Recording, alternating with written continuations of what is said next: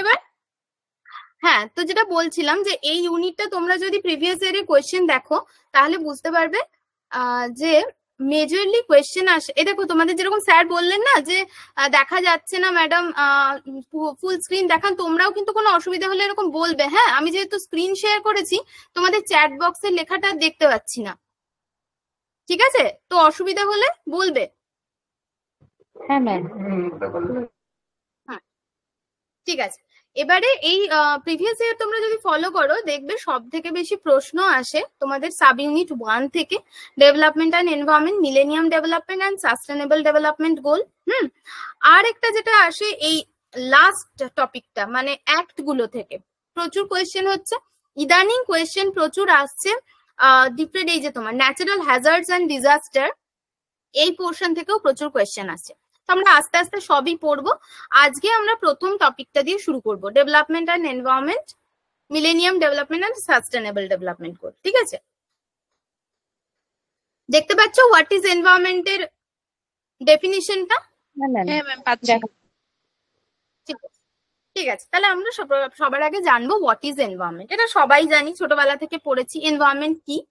Environment হচ্ছে আমরা আমাদের চারপাশে যা কিছু দেখতে পাচ্ছি সেটাই হচ্ছে আমাদের এনভায়রনমেন্ট। মানে সেটা জড় বস্তু হতে পারে, জীবন্ত বস্তু হতে পারে, মানে লিভিং হতে পারে, নন লিভিং হতে পারে, যা কিছু যেগুলো ন্যাচারালি অকার করছে, ন্যাচারালি যা যা আমাদের পাশে চারপাশে রয়েছে সেগুলোকেই আমরা কি বলবো? পরিবেশ। ঠিক আছে, এবারে তোমরা প্রাইমারি এডুকেশন বা সেকেন্ডারি এডুকেশনে পড়েছিলে প্রকৃতি পরিচয়, এই সমস্ত পড়েছ। দেখবে হায়ার এডুকেশনেও কিন্তু এনভায়রনমেন্টাল এডুকেশনের একটা মানে কি বলবো কম্পালসারি পেপার থাকে। তোমরা যখন গ্রাজুয়েশন করেছো তখন হয়তো একটা করে কম্পালসারি পেপার ছিল এনভায়রনমেন্টাল এডুকেশন। কেন ছিল তোমাদের কোনো আইডিয়া আছে? কেউ বলতে পারবে? বলো, একটু রেসপন্স করো।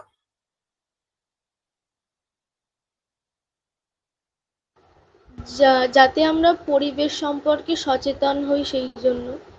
হ্যাঁ, একদম ভেরি গুড, ঠিক বলেছো। যখন আমরা প্রাইমারি এডুকেশনে পড়েছি, সেকেন্ডারি এডুকেশনে কি জেনেছি? প্রকৃতি কি, প্রকৃতিতে কি কি এলিমেন্টস আছে, আমাদের চারপাশে কি কি এলিমেন্টস আছে, এই সমস্ত জেনেছি। হ্যাঁ, কিন্তু একটা যখন আমরা বড় হলাম বা আমরাও যখন ম্যাচিওর হলাম তখন আমরা কি জানছি এনভায়রনমেন্ট সম্পর্কে? যে এনভায়রনমেন্টে শুধু কি কি কম্পোনেন্টস আছে সেটা ইম্পর্টেন্ট নয়, আমরা এনভায়রনমেন্টে এমন কি করতে পারি যাতে এনভায়রনমেন্টের ডিগ্রেডেশন কম হয়, এনভায়রনমেন্টের পলিউশন কম হয়। তার জন্য আমাদেরকে সেন্সিটাইজ করার জন্য প্রধানত হায়ার এডুকেশনে এনভায়রনমেন্টাল এডুকেশন পড়া হয়। হ্যাঁ, মানে এনভায়রনমেন্টাল এডুকেশনের ইম্পর্টেন্স এটাই। আমরা কেন জানি? কারণ আমরা যাতে সচেতন হই এনভায়রনমেন্ট বিষয়ে। এটাই হচ্ছে এম। এবারে এই যে আমি বললাম লিভিং নন লিভিং যা কিছু আছে চারপাশে সেটাই হচ্ছে এনভায়রনমেন্ট বা সেটা নিয়েই তৈরি এনভায়রনমেন্ট। এই লিভিং থিং বলতে কি কি বোঝায়? লিভিং থিংস বলতে তোমরা বলো কি কি বলতে পারো?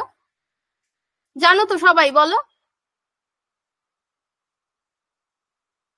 লিভিং কি কি, আমাদের পরিবেশে লিভিং কি কি? বাচ্চাদের কোয়েশ্চেন এগুলো, বলো একটু আনসার করো। লিভিং মানে যা যা আর কি জীবন্ত বস্তু যা যা আছে, মানে প্রাণী,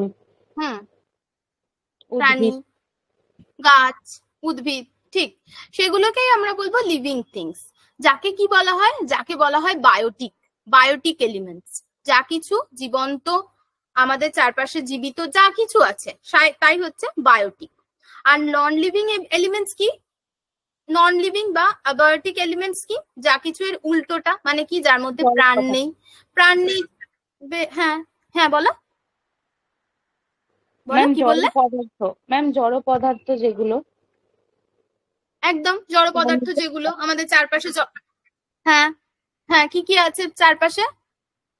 ম্যাম যার মধ্যে কোনো প্রাণ নেই, যেমন জল, ইট, কাঠ, পাথর, এরকম কিছু ম্যাটেরিয়াল। একদম ভেরি গুড, সেগুলোকে আমরা কি বলবো? Abiotic factor. হ্যাঁ, যেটাই নন লিভিং থিংস তাই হচ্ছে অ্যাবায়োটিক ফ্যাক্টর, যা লিভিং থিংস তাই হচ্ছে অ্যাবায়োটিক ফ্যাক্টর। ঠিক আছে, ক্লিয়ার? ঠিক আছে, পরের স্লাইডে চলে গেলাম। দেখো এখানে একটা ছবি আছে যেখানে আমরা লিভিং থিংস গুলো দেখতে পাচ্ছি। প্ল্যান্টস, অ্যানিমালস, ফাঙ্গাস, ব্যাকটেরিয়া সব হচ্ছে বায়োটিক বা লিভিং থিংস। আবার তোমরা যেগুলো বললে জড় পদার্থ, water, soil, mineral, air, lights এগুলো সব নন লিভিং বা অ্যাবাউটিক। ঠিক আছে, এবারে আমরা জানবো কি ইকোলজি। ইকোলজি কি? ইকোলজির বাংলা হচ্ছে বাস্তু শাস্ত্র। ঠিক আছে, এই ইকোলজি টার্মটা প্রথম দিয়েছিলেন আর্নেস্ট হেকেল। কত সালে দিয়েছিলেন? 1869।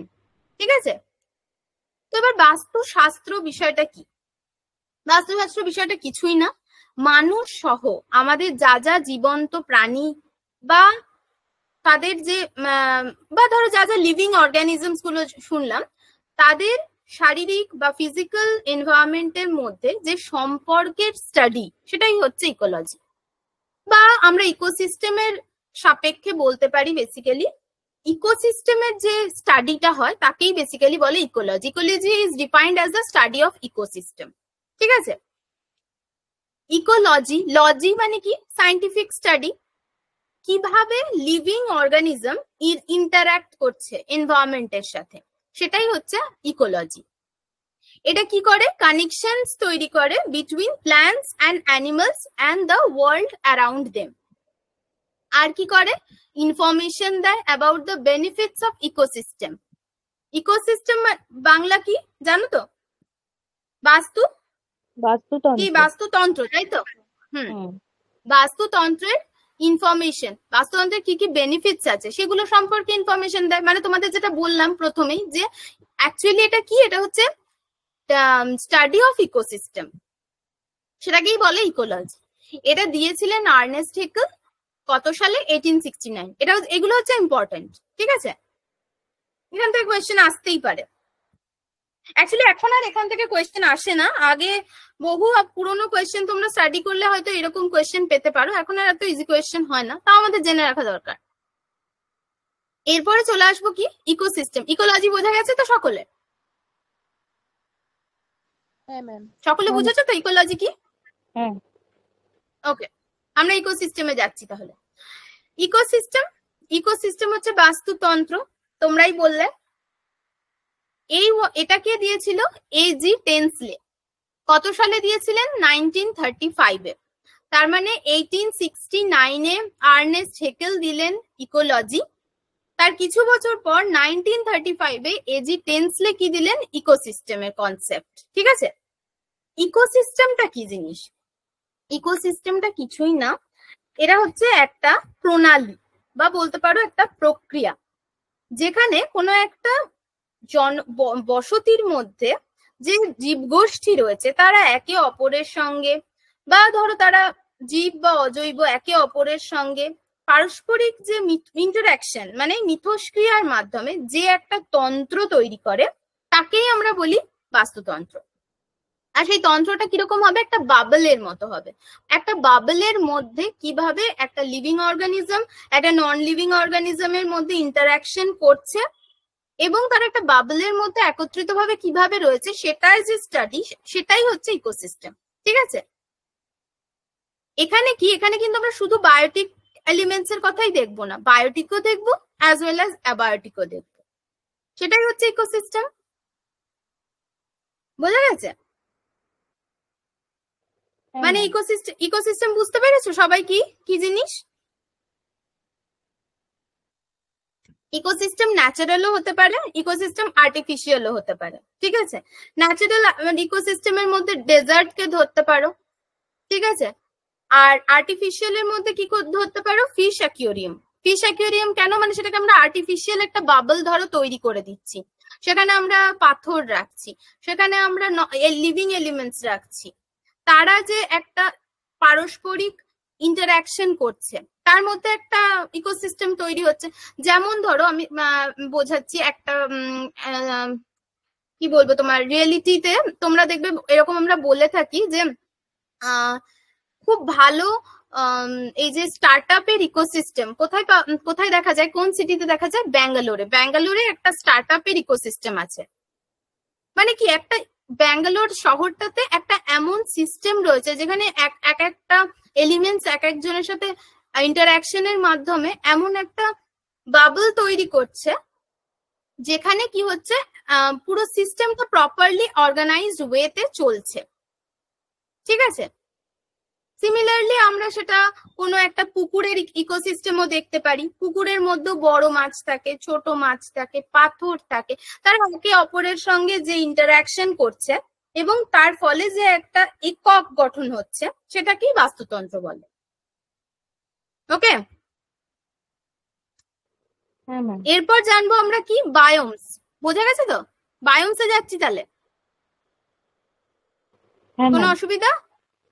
হুম। ওকে, ঠিক আছে, তাহলে এরপরে আমরা চলে যাবো বায়োমসে। বায়োমস কি? বায়োমস হচ্ছে একটা লার্জ কমিউনিটি, হ্যাঁ, মানে একটা বড় ধরনের পরিসর যেখানে টেম্পারেচার ও রেইনফল একই রকম থাকে। তাহলে যদি ধরো একটা অঞ্চলে টেম্পারেচার আর রেইনফল একই রকম থাকে, তাহলে সেখানে কি হবে বলতো? একই ধরনের ভেজিটেশন হবে, একই ধরনের আমরা কিছু প্রাণী গোষ্ঠী দেখতে পাবো। তো ধরো তুমি সিম্পল এক্সাম্পল হিসেবে ভাবো, ডেজার্টে একটা টেম্পারেচার আছে, ডেজার্টে এক ধরনের রেনফল হয়, সেখানে আমরা ধরো উট দেখতে পাচ্ছি, তাই তো? এবার উটকে আমি নিয়ে চলে গেলাম আন্টার্কটিকায়, উট কি বাঁচবে? বা উট কি ওখানে ন্যাচারালি ওখানে আবার প্রজননের মাধ্যমে বংশ বিস্তার করতে পারবে? পারবে না তো? না ম্যাম, পারবে না। পারবে না। তার কারণ কি? হ্যাঁ বলো, আরেকবার বলো।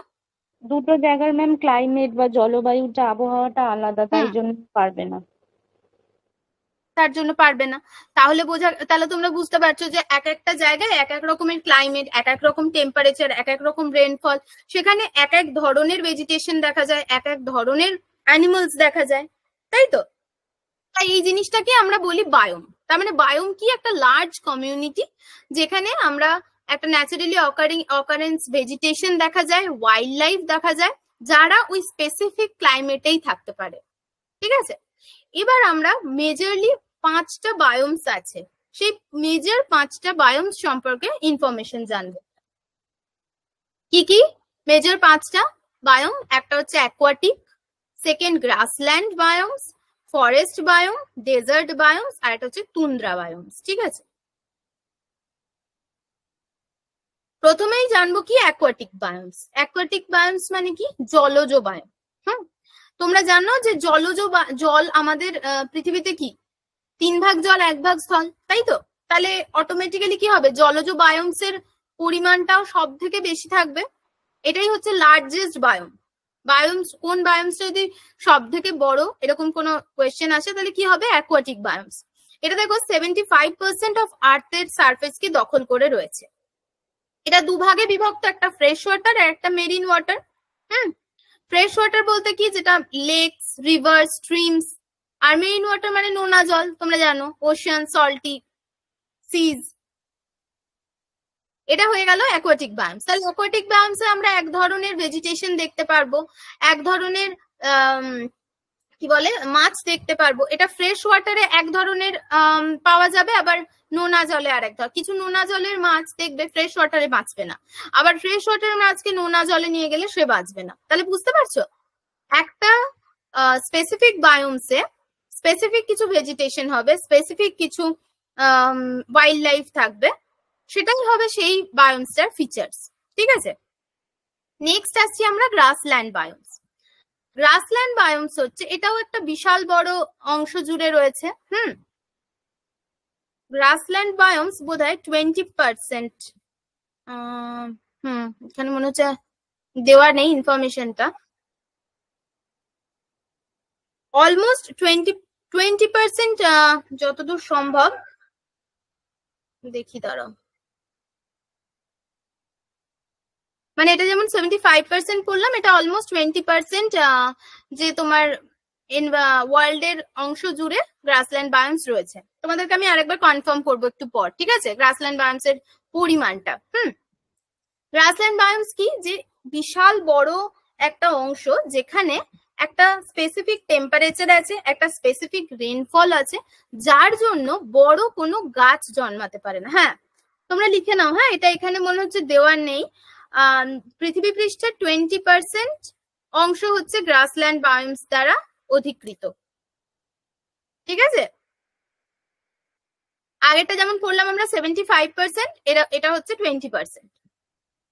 তো এই গ্রাসল্যান্ড বায়োমস যে অঞ্চলগুলোতে পাওয়া যায় সেখানে এমন টেম্পারেচার বা এমন রেনফল আছে যেখানে কি দেখা যায় কোনো বড় গাছ তৈরি হয় না।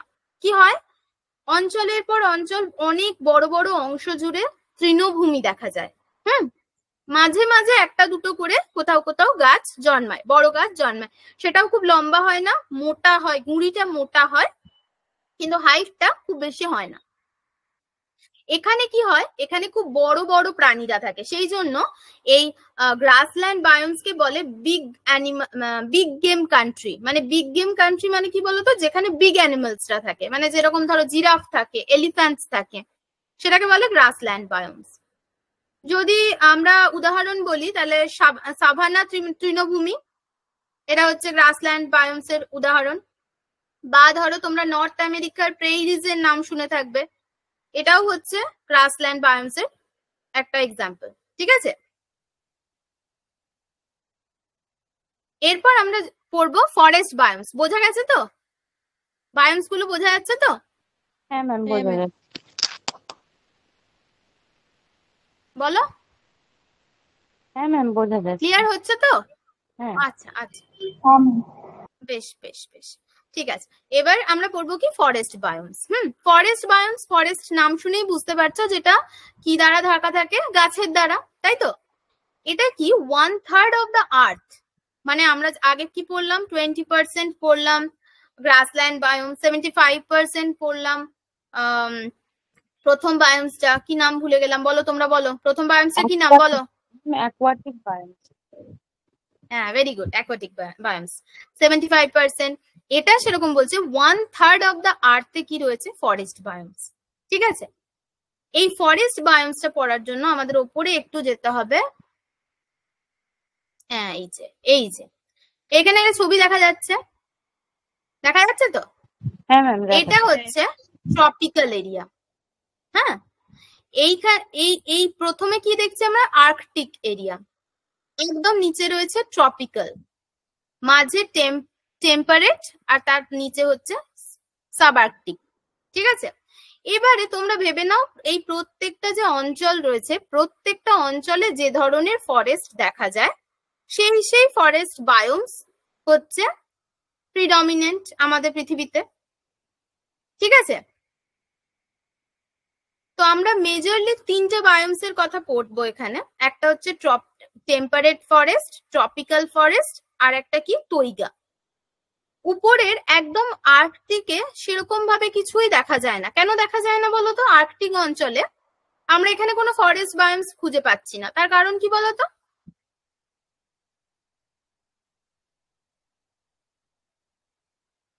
বলো। ম্যাম, এখানে আর্কটিক বলতে কি মেরু অঞ্চলের যেটা, সেটা বোঝানো হচ্ছে? হ্যাঁ, তাই বলা হচ্ছে। আর্কটিক মানে তো তাই বলা হচ্ছে, মেরু অঞ্চলের কথা বল, ছবি তো তাই বলছে। তাহলে মেরু অঞ্চলে কি ফিচার্স? ম্যাম, ওখানে তো বেশি বড় বড় উদ্ভিদ তো জন্মাতে পারবে না, ঠান্ডা জলবায়ু। ঠান্ডা জলবায়ু, প্রচন্ড ঠান্ডা, সেই ঠান্ডাতে কেউ বাঁচতে পারবে না, তাই তো?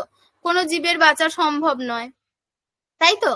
তাই সেখানে আমরা খুব বিশেষ কিছু ভেজিটেশন বা ফরেস্ট যেটাকে বলে সেটা দেখতে পাচ্ছি না। ঠিক আছে, তাহলে তিনটে স্পেসিফিক আমরা ফরেস্ট বায়োম পাচ্ছি, একটা হচ্ছে ট্রপিক্যাল, একটা টেম্পারেট, আর একটা হচ্ছে তৈগা। ঠিক আছে, তৈগা অঞ্চল মানে এই যে নিচের অঞ্চল, মানে বরফাবৃত যে অঞ্চলটা, তার নিচের যে অঞ্চলটা, সেটাকেই আমরা বলি তৈগা অঞ্চল। বুঝলে, যার পর থেকে বরফের রেখা শুরু হচ্ছে, তার নিচের যে অংশটা, তাকে আমরা বলি তৈগা অঞ্চল। সেই অঞ্চল অব্দি কিছু ফরেস্ট দেখা যাচ্ছে। এরপর আমরা পড়বো ডেজার্ট বায়োমস। ডেজার্ট বায়োমস কি? যে আমরা ডেজার্টে যে ধরনের বায়োমস দেখতে পাই, এটা আমাদের পৃথিবীতে 1/5 আর্থের 1/5 অংশ জুড়ে ডেজার্ট বায়োম পাওয়া যায়। ঠিক আছে, এবার এই ডেজার্টও আবার 4 রকমের হয়। একটা কি, dry, hot and dry desert, যেটা হচ্ছে সাহারা, উদাহরণ বলতে পারো। একটা সেমি এরিড ডেজার্ট, যেটাকে আমরা উদাহরণ হিসেবে বলতে পারি কালাহারি মরুভূমি। কোস্টাল ডেজার্ট, আটাকামা, চিলির আটাকামা ডেজার্ট। আর একটা কি কোল্ড ডেজার্ট। কোল্ড ডেজার্ট আমাদের ইন্ডিয়াতে আছে, তোমরা সবাই জানো, খুব ফেমাস এরিয়া কি লাদাখ, তাই তো? তো এইসব অঞ্চলে যে পরিমাণ, যে ধরনের গাছ দেখা যায়, যে ধরনের প্রাণী দেখা যায়, সেই জিনিসটাকে আমরা কি বলি, ডেজার্ট বায়োমস। ঠিক আছে, এবার লাস্ট বায়োমসটা পড়বো, সেটা হচ্ছে তুন্দ্রা বায়োমস। তোমরাই বললে একটু আগে, তুন্দ্রা বায়োমস কোন যে অঞ্চলটার কথা বলা হচ্ছে, যেখানে বরফে ঢাকা থাকে, 6 মাস টোটালি অন্ধকার থাকে। কোন কোন এরিয়াগুলো? পোলার এরিয়াগুলো, আলাস্কা, কানাডা, স্ক্যান্ডিনেভিয়ান কান্ট্রিগুলো, গ্রিনল্যান্ড, আইসল্যান্ড, যেখানে প্রচন্ড ঠান্ডা থাকে। পোলার রিজিয়ন, প্রাইমারিলি পোলার রিজিয়নটাকে আমরা বলি কি, তুন্দ্রা অঞ্চল। যেখানে কি ধরনের ভেজিটেশন দেখা যায়? কোনো ভেজিটেশনই দেখা যায় না, এটা একটা ট্রিলেস পোলার ডেজার্ট বলতে পারি আমরা। ঠিক আছে, যেখানে লং উইন্টার থাকে, ড্রাই উইন্টার থাকে, 6 মাস অন্ধকারে ঢাকা থাকে। তাহলে এরকম অঞ্চলে তো কোনো ভেজিটেশন হওয়া সম্ভব নয়। তো এই অঞ্চলটাকে কি বলা হয়? তুন্দ্রা বায়োমস। ঠিক আছে, বোঝা গেছে? এখানে কোনো অসুবিধা আছে? অসুবিধা থাকলে বলো, তারপরে আমরা ইম্পর্টেন্ট পয়েন্টটায় ঢুকবো। ম্যাম, সেলভা অরণ্যটাকে কি তাহলে গ্রাসল্যান্ড বায়োমস এর মধ্যে ফেলা যায়? সেলভা ফেলা যায়, সেলভা ফেলা যায়।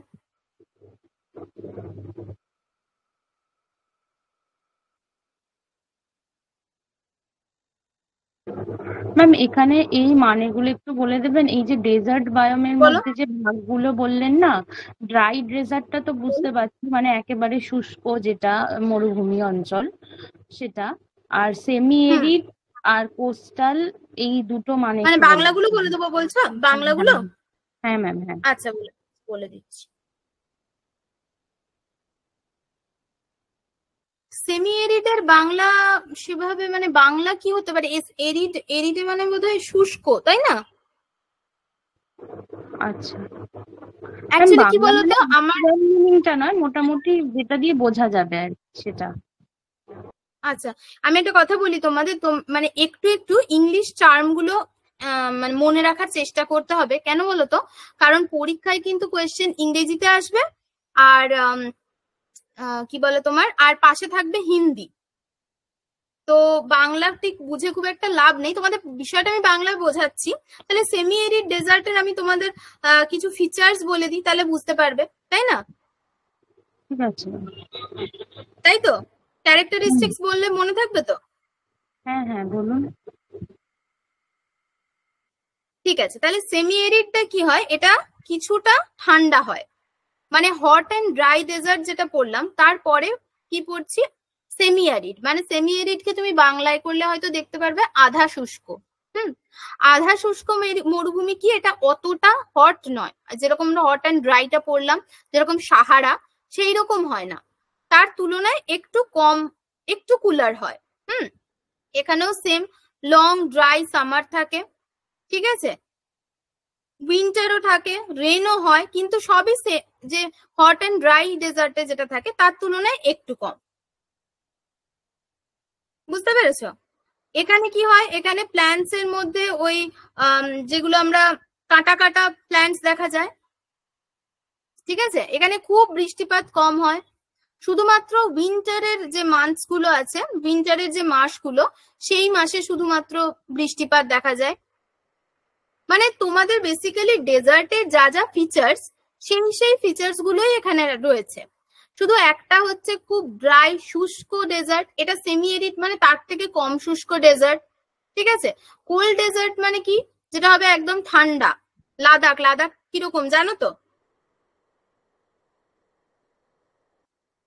মানে একই ডেজার্টের যা যা ফিচার্স তোমরা জানো, সেগুলোই একই সেম ফিচার্স এখানেও দেখা যায়, কিন্তু 4টে ডিফারেন্ট রিজিয়ন, 4টে ডিফারেন্ট আমরা এখানে বৃষ্টিপাত দেখতে পাই। মানে ধরো সব থেকে বেশি বৃষ্টিপাত বা কম বৃষ্টিপাতের হিসেবে আমরা যে ভাগটা করি, এখানেও সেরকম ভাবতে পারো, ড্রাইনেসের বেসিসে এখানে ভাগটা করা হয়েছে। এবার এই 4টে যে ভাগে যে ধরনের বায়োমস রয়েছে, সেই সবটাই কিন্তু ডেজার্ট বায়োমসে আসবে। এদের জন্য 4টে আলাদা বায়োমস কিন্তু করা নেই, বায়োমস একটাই, ডেজার্ট বায়োমস। এবার আমরা এখানে বলেছি মেন 4টে টাইপস অফ ডেজার্ট আছে, সেই ডেজার্ট গুলোর টাইপ গুলো লেখা আছে, ঠিক আছে? এই ডেজার্টের যে যে ফিচার্স সেগুলো যদি তাও তুমি আমি এর সাথে অ্যাড করে দিয়ে দেবো তোমাদেরকে, ঠিক আছে? Okay ma'am, thank you. ঠিক আছে, ঠিক আছে। তাহলে এবার আমরা কি সাস্টেনেবল ডেভেলপমেন্ট ঢুকে যাই? এটাই অ্যাকচুয়ালি বেশি ইম্পর্টেন্ট তোমাদের পড়া।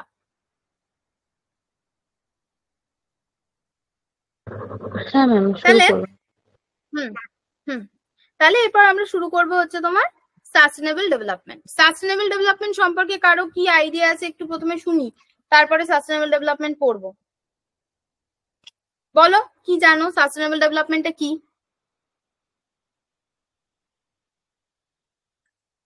বলবে কেউ? না আমি বলবো। ট্রান্সফর্মিং অফ ওয়ার্ল্ড, মানে আমাদের বিশ্বের যে ট্রান্সফর্ম যেটা হবে ওইটা।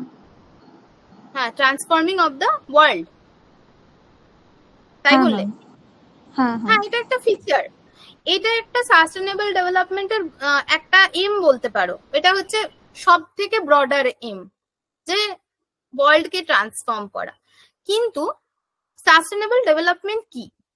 একদম পরিষ্কার সহজ বাংলা ভাষায় সাস্টেনেবল ডেভেলপমেন্ট হচ্ছে ভবিষ্যৎ প্রজন্মের চাহিদা মেটানোর ক্ষমতা বজায় রেখে বর্তমান প্রজন্মের চাহিদা মেটানোর যে প্রক্রিয়া, সেটাই হচ্ছে স্থিতিশীল উন্নয়ন।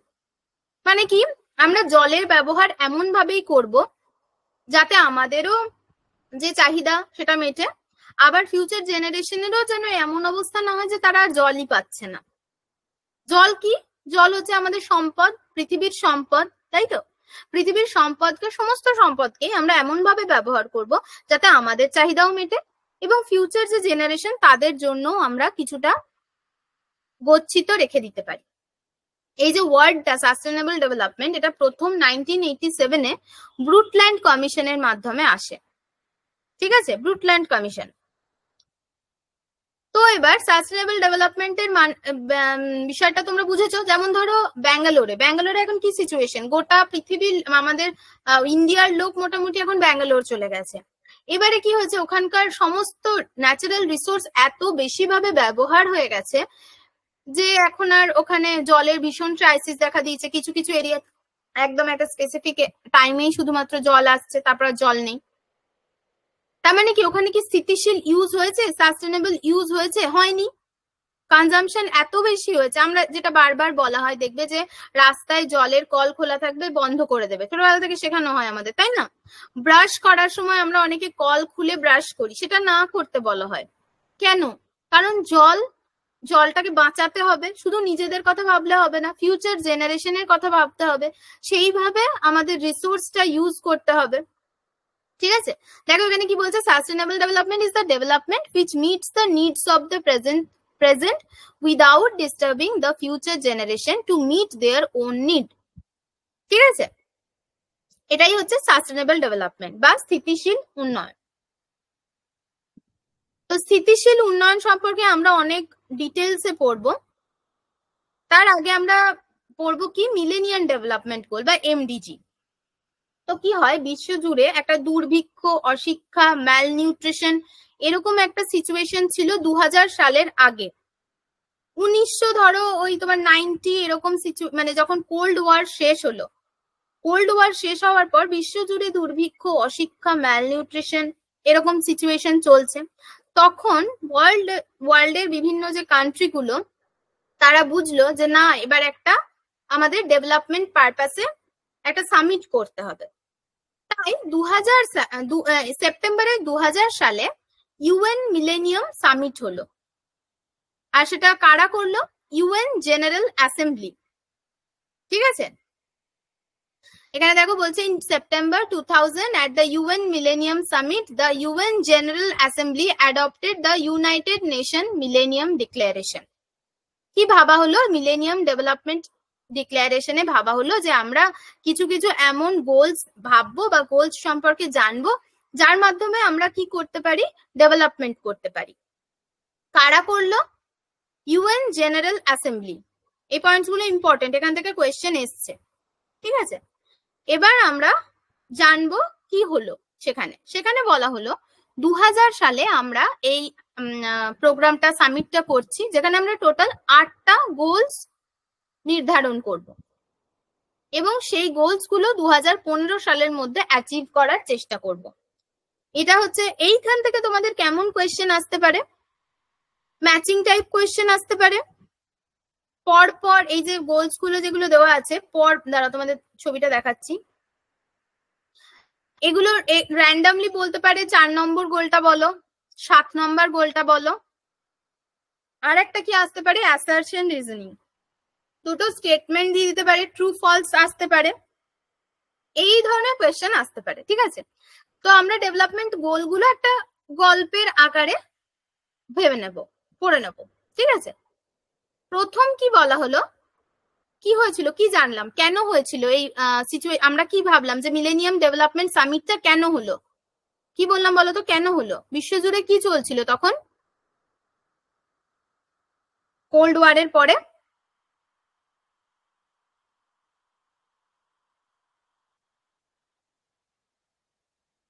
বলো, কোল্ড ওয়ারের পরে কি চলছিল বিশ্বজুড়ে? দুর্ভিক্ষ চলছিল, তাই তো? ম্যালনিউট্রিশন ছিল বাচ্চাদের মধ্যে, অশিক্ষা ছিল, সেটা দূরীকরণের জন্য সামিট হলো।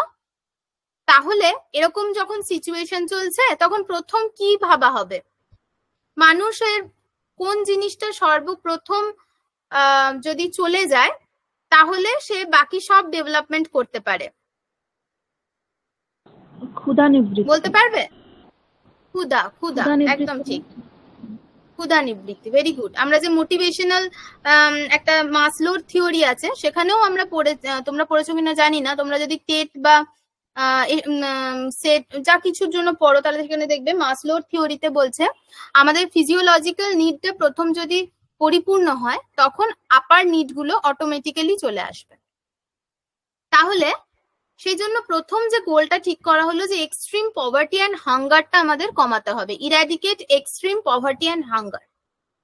যখন একটা বাচ্চার পভার্টি আর হাঙ্গার নিরাময় হবে, তখনই সে এডুকেশনের দিকে চিন্তা ভাবনা করতে হবে। যার জন্য 1995 সালে মিড ডে মিল আসে। মিড ডে মিল এসেছিল প্রকল্পটা, জানো তো মিড ডে মিল স্কিমটা কেন শুরু হয়? বাচ্চাদের যাতে স্কুলে পাঠানো হয়, বাবা মারা বাচ্চাদের যেন শুধু খাবারটার জন্য খাবার অ্যাটলিস্ট নিউট্রিশনটা পাবে ভেবে যাতে বাচ্চাদেরকে স্কুলে পাঠাতে পারে, সেই জন্য মিড ডে মিল আসে 95-এ। তাই পরের গোলটা কি হলো, অ্যাচিভ ইউনিভার্সাল প্রাইমারি এডুকেশন। যখন তার ক্ষুধা নিরাময় হলো, তখন সে পড়াশোনার কথা ভাববে। পেটে খাবার নেই, কেউ পড়তে বসবে না, তোমার খিদে পেলে তুমি পড়তে যাও না, তাই তো? তাই 1 নম্বর গোল হচ্ছে eradicate extreme poverty and hunger. Second হচ্ছে অ্যাচিভ ইউনিভার্সাল প্রাইমারি এডুকেশন। পড়াশোনা খিদে কমে গেছে, এবার পড়তে হবে, প্রাইমারি এডুকেশন অ্যাচিভ করতে হবে। এই জিনিসটা এমন ভাবে পড়ো, এমন ভাবে বোঝো যেন আমি পড়ানোর পর জাস্ট একবার গো থ্রু করলেই হয়ে যায়। ঠিক আছে, মন দিয়ে শুনবে। নেক্সট কি হলো, যখন তুমি স্কুলে গেলে তখন তুমি কি বুঝলে, স্কুলে তো একটা বাচ্চাকে আমরা কি দেখি, কোনো জেন্ডারের ভিত্তিতে কি কোনো বায়াসনেস করা হয় স্কুলে? স্কুলে সবসময় কি হয়েছে, ছেলেদেরকেও যতটা গুরুত্ব সহকারে পড়ানো হয়, মেয়েদেরকেও ততটা গুরুত্ব সহকারে পড়ানো হয়।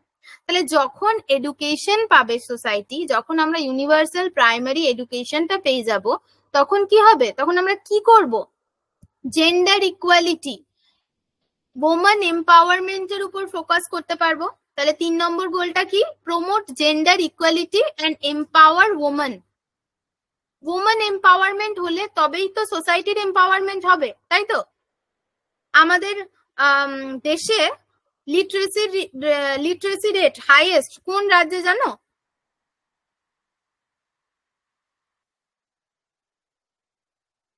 জানো কেউ জানো, বলো, আন্দাজ করো। UP ma'am.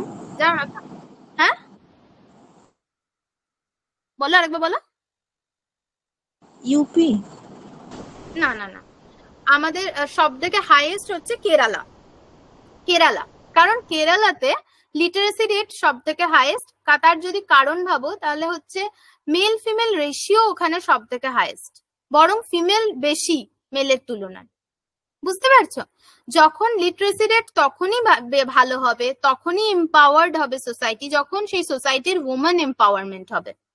ঠিক আছে, তাহলে থার্ড আমরা কি করলাম, যখন স্কুলে পৌঁছালাম টিচার বলল যে ছেলে মেয়ে আলাদা নয়, তাই আমরা বুঝলাম promote gender equality and empower women এলো।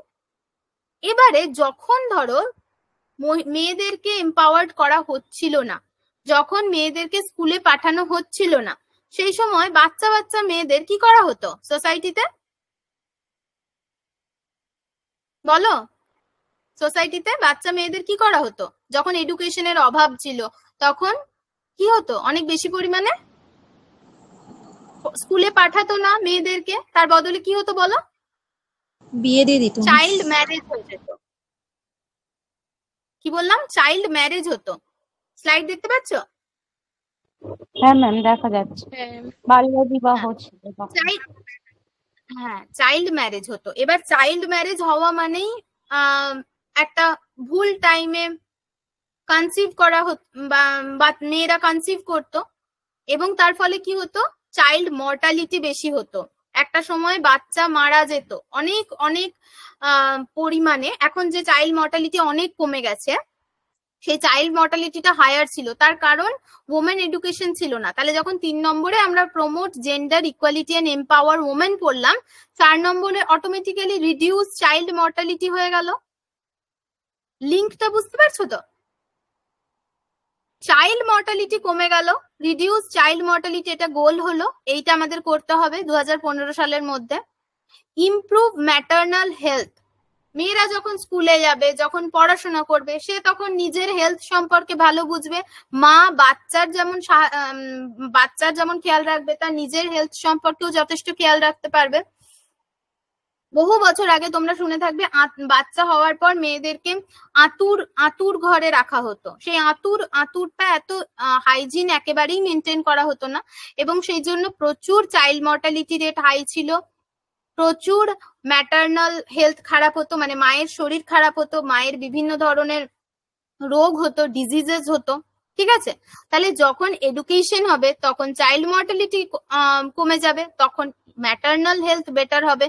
তখন 6 number point, combat malaria, HIV AIDS and other diseases. যে ধরনের ডিজিজ হতে পারে সেই ডিজিজ গুলো অটোমেটিক্যালি কমে যাবে। ঠিক আছে, বোঝা যাচ্ছে? মানে আমরা এই যে যে ধরনের ডিজিজ গুলো হতে পারে তার সম্পর্কে একজন মেয়ে সচেতন হবে, সেটা কমবে। কমব্যাট মানে হচ্ছে লড়াই করা বা যুদ্ধ করা। এই যে আমাদের ব্যাকটেরিয়া বা ডিজিজ গুলো আছে সেটার সঙ্গে যুদ্ধ করে জিততে হবে। কি এই যে ম্যাক্সিমাম ডিজিজ গুলো কোত্থেকে হয়? আমাদের চারপাশের পরিবেশ থেকে হয়। তাহলে পরিবেশটা যদি বেটারমেন্ট করা যায়, পরিবেশটার যদি ডেভেলপমেন্ট করা যায়, অটোমেটিক্যালি ডিজিজ গুলো আর হবে না, ডিজিজ গুলো কম হবে। তাই জন্য 7 নম্বর পয়েন্টে কি আসছে? Ensure environmental sustainability. আর এই যে 1 থেকে 7 নম্বর পয়েন্টটা পড়লাম, তুমি আমি বা একজন ইন্ডিভিজুয়াল একা কি এটা করতে পারবে? এটা কি সম্ভব কোনো একটা দেশের পক্ষে? ইন্ডিয়া যদি ভাবে আমি আজকে একা একা সমস্ত ডেভেলপমেন্ট করে ফেলবো, পারবে? কখনোই পারবে না। আমরা প্রতিনিয়ত দেখছি আমাদের দেশের প্রধানমন্ত্রী বিদেশে ঘুরছে, বিদেশে যাচ্ছে। অনেকেই অনেক যারা খুব বেশি পড়াশোনা বা এই সমস্ত বিষয়ের টাচে নেই, তারা বলবে ঘুরে বেড়াচ্ছে, কিন্তু আসলে কি ঘুরে বেড়াচ্ছে? কি করছে? বৈদেশিক একটা রিলেশনশিপ তৈরি করছে, যার ফলে কি হবে? ডেভেলপড কান্ট্রিগুলো ডেভেলপিং কান্ট্রিতে ইনভেস্টমেন্ট করবে, মানে কি হবে? একটা পার্টনারশিপ প্রোগ্রাম হবে। 8 নম্বর পয়েন্ট বলছে develop a global partnership for the development. এই 1 থেকে 7 নম্বর পয়েন্টটা সাকসেসফুল করার জন্য গ্লোবাল পার্টনারশিপ করতে হবে। একটা দেশের অন্য দেশ, যে দেশ পিছিয়ে পড়েছে, যে দেশ একটু এগিয়ে গেছে, তাকে সেই দেশে সাহায্য করতে হবে, একটা পার্টনারশিপ প্রোগ্রাম তৈরি করতে হবে। ঠিক আছে, বোঝা গেছে? 1 নম্বরে পড়লাম পভার্টি হাঙ্গার কমাবে। পভার্টি হাঙ্গার কমলে সে ইউনিভার্সাল প্রাইমারি এডুকেশনের প্রতি মানে তার ইচ্ছা বাড়বে। 3 নম্বরে কি পড়লাম? জেন্ডার ইকুয়ালিটি হবে। 4 নম্বরে পড়লাম reduce child mortality. Child mortality কমবে। 5 নম্বরে কি পড়লাম? Improve maternal health. 6 নম্বরে কি পড়লাম? Combat HIV, AIDS, malaria and other disease. 7 হচ্ছে ensure environmental sustainability. 8 developed a global partnership for the development. তো মিলেনিয়াম ডেভেলপমেন্ট গোলস, এই 8টা টোটাল গোলস ছিল, ঠিক আছে?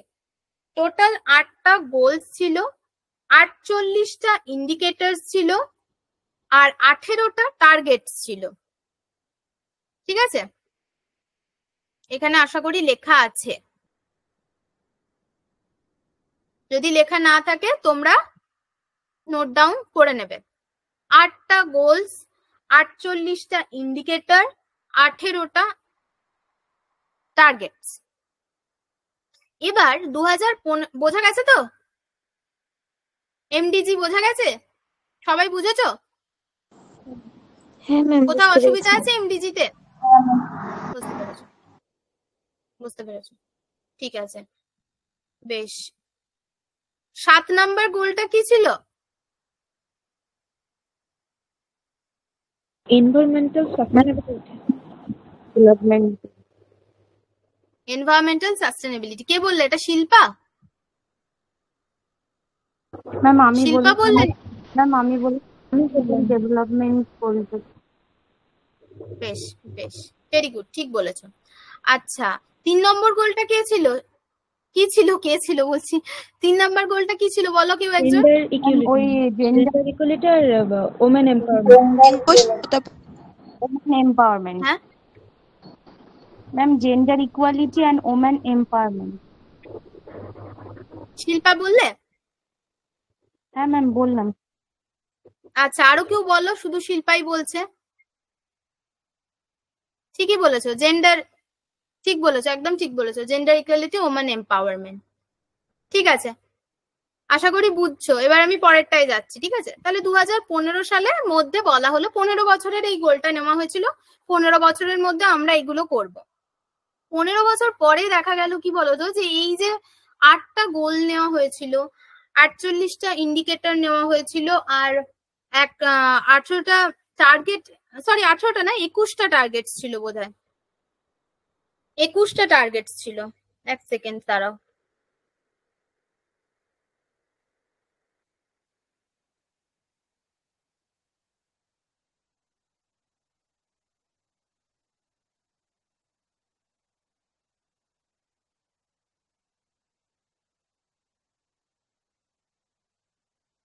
হুম, 21টা টার্গেট ছিল, ঠিক আছে? 21টা টার্গেট ছিল, 8টা গোল ছিল, আর 48টা ইন্ডিকেটর ছিল। 2015 সালে দেখা গেল এগুলো খুবই কম, এর মাধ্যমে আমরা কোনো ডেভেলপমেন্ট করতে পারবো না। তাই 2016 সাল থেকে বলা হলো একটা নতুন গোল আসতে চলেছে, যার নাম হবে সাস্টেনেবল ডেভেলপমেন্ট গোল।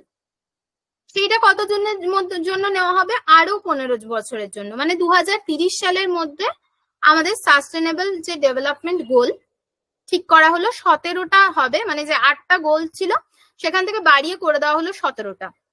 বলা হলো আমাদের 17টা গোলস অ্যাচিভ করতে হবে, যেখানে টার্গেটস থাকবে 169,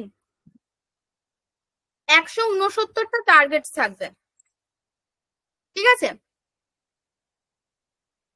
এগুলোকে আমাদের অ্যাচিভ করতে হবে 2030 সালের মধ্যে। কখন নেওয়া হলো? 70th সেশনে এই গোলটা অ্যাডপ্ট করা হলো, যে জানুয়ারির 1 জানুয়ারি কবে থেকে শুরু হবে, কাম ইনটু ফোর্স কবে থেকে? 1 জানুয়ারি 2016 সাল থেকে। এইগুলো কিন্তু ভীষণ ইম্পর্টেন্ট, এই ডেটস গুলো, এগুলো পড়বে। তার কারণ কোয়েশ্চেন প্রিভিয়াস ইয়ার আমরা লাস্টে পিওয়াইকিউ একটু করব, এই কোয়েশ্চেন গুলো কিন্তু এসছে। 1 জানুয়ারি 2016 থেকে অ্যাডপ্ট করা হবে, ঠিক আছে? তো সেই সাস্টেনেবল ডেভেলপমেন্টের গোলস গুলো এবার আমরা জানবো। নেক্সট 15 বছরের মধ্যে এই গোল অ্যাচিভ করতে হবে, যেখানে 169টা টার্গেটস থাকবে, 17টা গোলস থাকবে, 232 ইন্ডিকেটরস থাকবে। এমডিজি তে গোলস ছিল কটা বলো? বললাম এক্ষুনি। 8টা গোল ছিল, 8টা গোল ছিল। Very good. টার্গেট কটা ছিল? 21. Very good. ইন্ডিকেটর কটা ছিল? 48. একদম একদম ঠিক বলছো প্রত্যেকে। সেগুলোকে সব বাড়িয়ে দেওয়া হলো। গোলস হয়ে গেল 17, টার্গেটস হয়ে গেল 169, ইন্ডিকেটর হয়ে গেল 232। ঠিক আছে, এবারে এটা বলা হলো কি যে এখানে টোটাল 5টা পি উপর আমরা ফোকাস করব সাস্টেনেবল ডেভেলপমেন্টের জন্য। প্রথম পি কি? প্ল্যানেট। এই প্ল্যানেটের যা যা আছে, ন্যাচারাল রিসোর্স, ক্লাইমেট, সমস্ত কিছুকে প্রোটেক্ট করব আমরা ফিউচার জেনারেশনের জন্য। সেকেন্ড কি? সেকেন্ড পিটা কি হবে? পিপল। পিপলের পভার্টি, পিপলের হাঙ্গার, এগুলোকে আমরা সমস্ত দিক দিয়ে শেষ করব।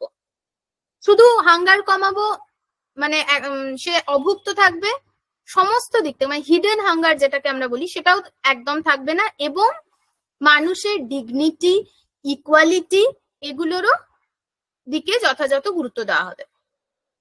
যখন তুমি প্ল্যানেট ডেভেলপ করলে, পিপলের ডেভেলপমেন্ট করলে, 3 নম্বরে কি আসছে? প্রসপারিটি। এই নেচারের ভিতরে যে লাইভস রয়েছে বা প্রাণ রয়েছে তাদের হারমোনিয়াস ডেভেলপমেন্টের কথা বলা হলো, সমৃদ্ধির কথা বলা হলো। ফোর্থ পি হচ্ছে পিস।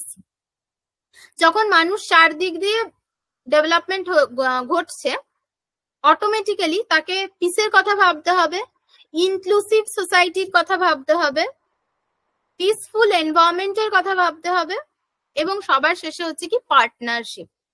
এই পুরো এমডিজি গোলস বলো, এসডিজি গোলস বলো, পার্টনারশিপ ছাড়া তো পসিবল নয়। কারণ বুঝতে পারছো এত কিছু ডেভেলপমেন্ট, পৃথিবীর যে কোনো দেশের পক্ষে এত ডেভেলপমেন্ট একার পক্ষে সম্ভব নয়। তাই ফিফথ পি হচ্ছে কি? Partnership.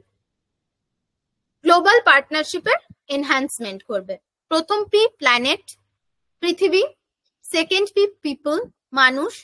Third P prosperity, fourth P piece, fifth P partnership. ঠিক আছে, এখান থেকে প্রিভিয়াস ইয়ারে কোয়েশ্চেন এসেছিল 2021 সালে মনে হয়, যে 5টা পি এর উদাহরণ দেওয়া ছিল, বলা ছিল কোন পিটা এর মধ্যে নেই। তার মধ্যে প্ল্যানেট, পিপল, পিস আর এক পার্টনারশিপ ছিল, আর প্রসপারিটির বদলে অন্য একটা কিছু পারপেকচুয়াল এরকম একটা কিছু উদাহরণ দেওয়া ছিল। ঠিক আছে, তার মানে 5টা পি বুঝতে হবে, জানতে হবে। বুঝতে পেরেছো? এবারে আমরা পড়তে শুরু করব। এবারে দেখো এখন কতটা ডিফিকাল্ট করে দিয়েছে। 2024 সালে একটা কোয়েশ্চেন আমরা এক্ষুনি দেখব। এসেছিল কি একটা কোয়েশ্চেন, যে দাঁড়াও তোমাদের আছে এখানে, আমি এক্ষুনি দেখিয়ে দিচ্ছি কোয়েশ্চেনটা।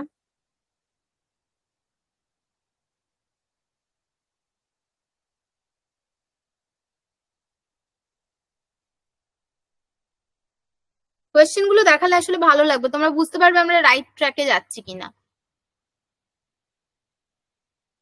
সবগুলো পরে করব, যেহেতু আমরা সেকেন্ডটা করে নিয়েছি। সেকেন্ড 1-2 কোয়েশ্চেনটা করো তো দেখি। ম্যাচ দে তো, এটা লিখবে, হ্যাঁ সবাই লিখবে, মানে চ্যাট বক্সে লিখবে। এ আর বি, এর আনসার করো, এর আনসার পারবে, এ আমরা পড়ে নিয়েছি, আর বিটাও পড়ে নিয়েছি, এই বি এর আনসারও করতে পারবে। তারপর আমরা এসডিজি ঢুকবো। প্রথমে বলো ম্যাচ লিস্ট 1 টু লিস্ট 2। মানে লিস্ট 1 এ দেখো দেওয়া আছে goals in MDG, target in MDG, goals in SDG, aims in SDG. এবার লিস্ট 2 এর সাথে লিস্ট 1 কে মেলাতে হবে। মানে গোলস ইন এমডিজি কতগুলো গোলস আছে, টার্গেটস ইন এমডিজি কতগুলো টার্গেট ছিল, গোলস ইন এসডিজি কতগুলো গোলস ছিল, এমস ইন এসডিজি মানে এমস মানে হচ্ছে টার্গেটস, ঠিক আছে, সেটা কতগুলো ছিল সেটা তোমরা ম্যাচ দা কলাম করো। অপশন 1, অপশন 2, অপশন 3, অপশন 4 কোনটা হবে চ্যাট বক্সে লেখো। বুঝতে পারলে? হ্যাঁ ম্যাম, বুঝতে পেরেছি। লেখো চ্যাট বক্সে লেখো অর্চনা, ইলোরা, ঝর্ণা, মৌপিয়া, শিল্পা, প্রীতি। প্রত্যেকের আনসার চাই।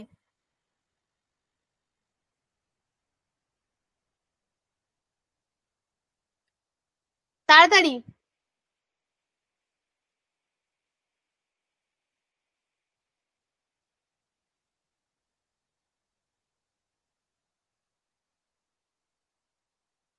লিখছো কি? আমাকে কিন্তু শো করছে না। না বোঝা গেলে বলো, আমি কি একটা ম্যাচ করে দেবো, তাহলে বুঝতে পারবে। ম্যাম লিখছি। আরেকবার বলে দেবো। লিস্ট 1 এর সাথে লিস্ট 2 টা মেলাতে হবে। গোলস ইন এমডিজি কতগুলো গোলস, টার্গেটস ইন এমডিজি কতগুলো টার্গেট, গোলস ইন এসডিজি কতগুলো এসডিজির গোল ছিল, টার্গেটস ইন এসডিজি কতগুলো টার্গেটস ছিল। এখানে দেখো অপশন 1 এ দেওয়া আছে A B C D, option 2 তে আছে B C D A, option 3 তে A C D B D, আর অপশন 4 এ A C B D B. কোনটা হবে? মানে এর সাথে কোনটা মিলবে, বি এর সাথে কোনটা মিলবে, সি এর সাথে কোনটা মিলবে বলো। ম্যাম আমি লিখেছি। শিল্পা লিখেছে।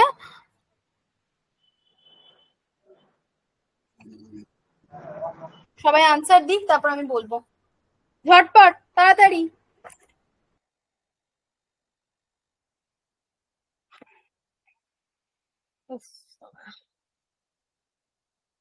এটা তোমাদের মোস্ট রিসেন্ট কোয়েশ্চেন, মানে 2024-এ এটা এই কোয়েশ্চেনটা এসেছিল, যে পেপারটা ক্যান্সেল হয়ে গেছে।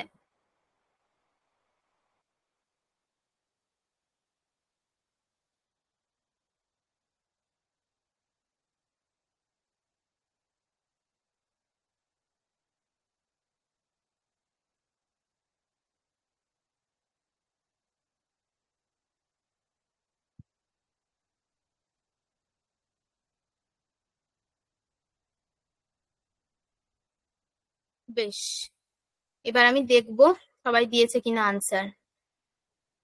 শিল্পা বলছে option 3 A C B D, option 3 A C B D. ঝর্ণাও দিয়েছে, প্রীতিও দিয়েছে, ইলোরাও দিয়েছে।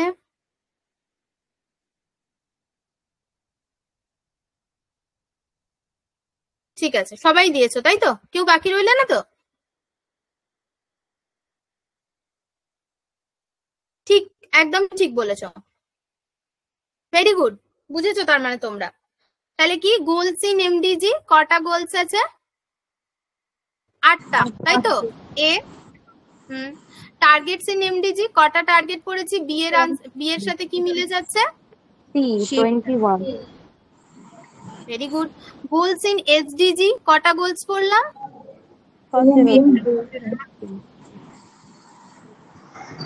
কটা বলো? বি, তাই তো? 17। ঠিক আছে, তারপরে কি এইমস ইন এসডিজি বা টার্গেটস ইন এসডিজি কটা? 169।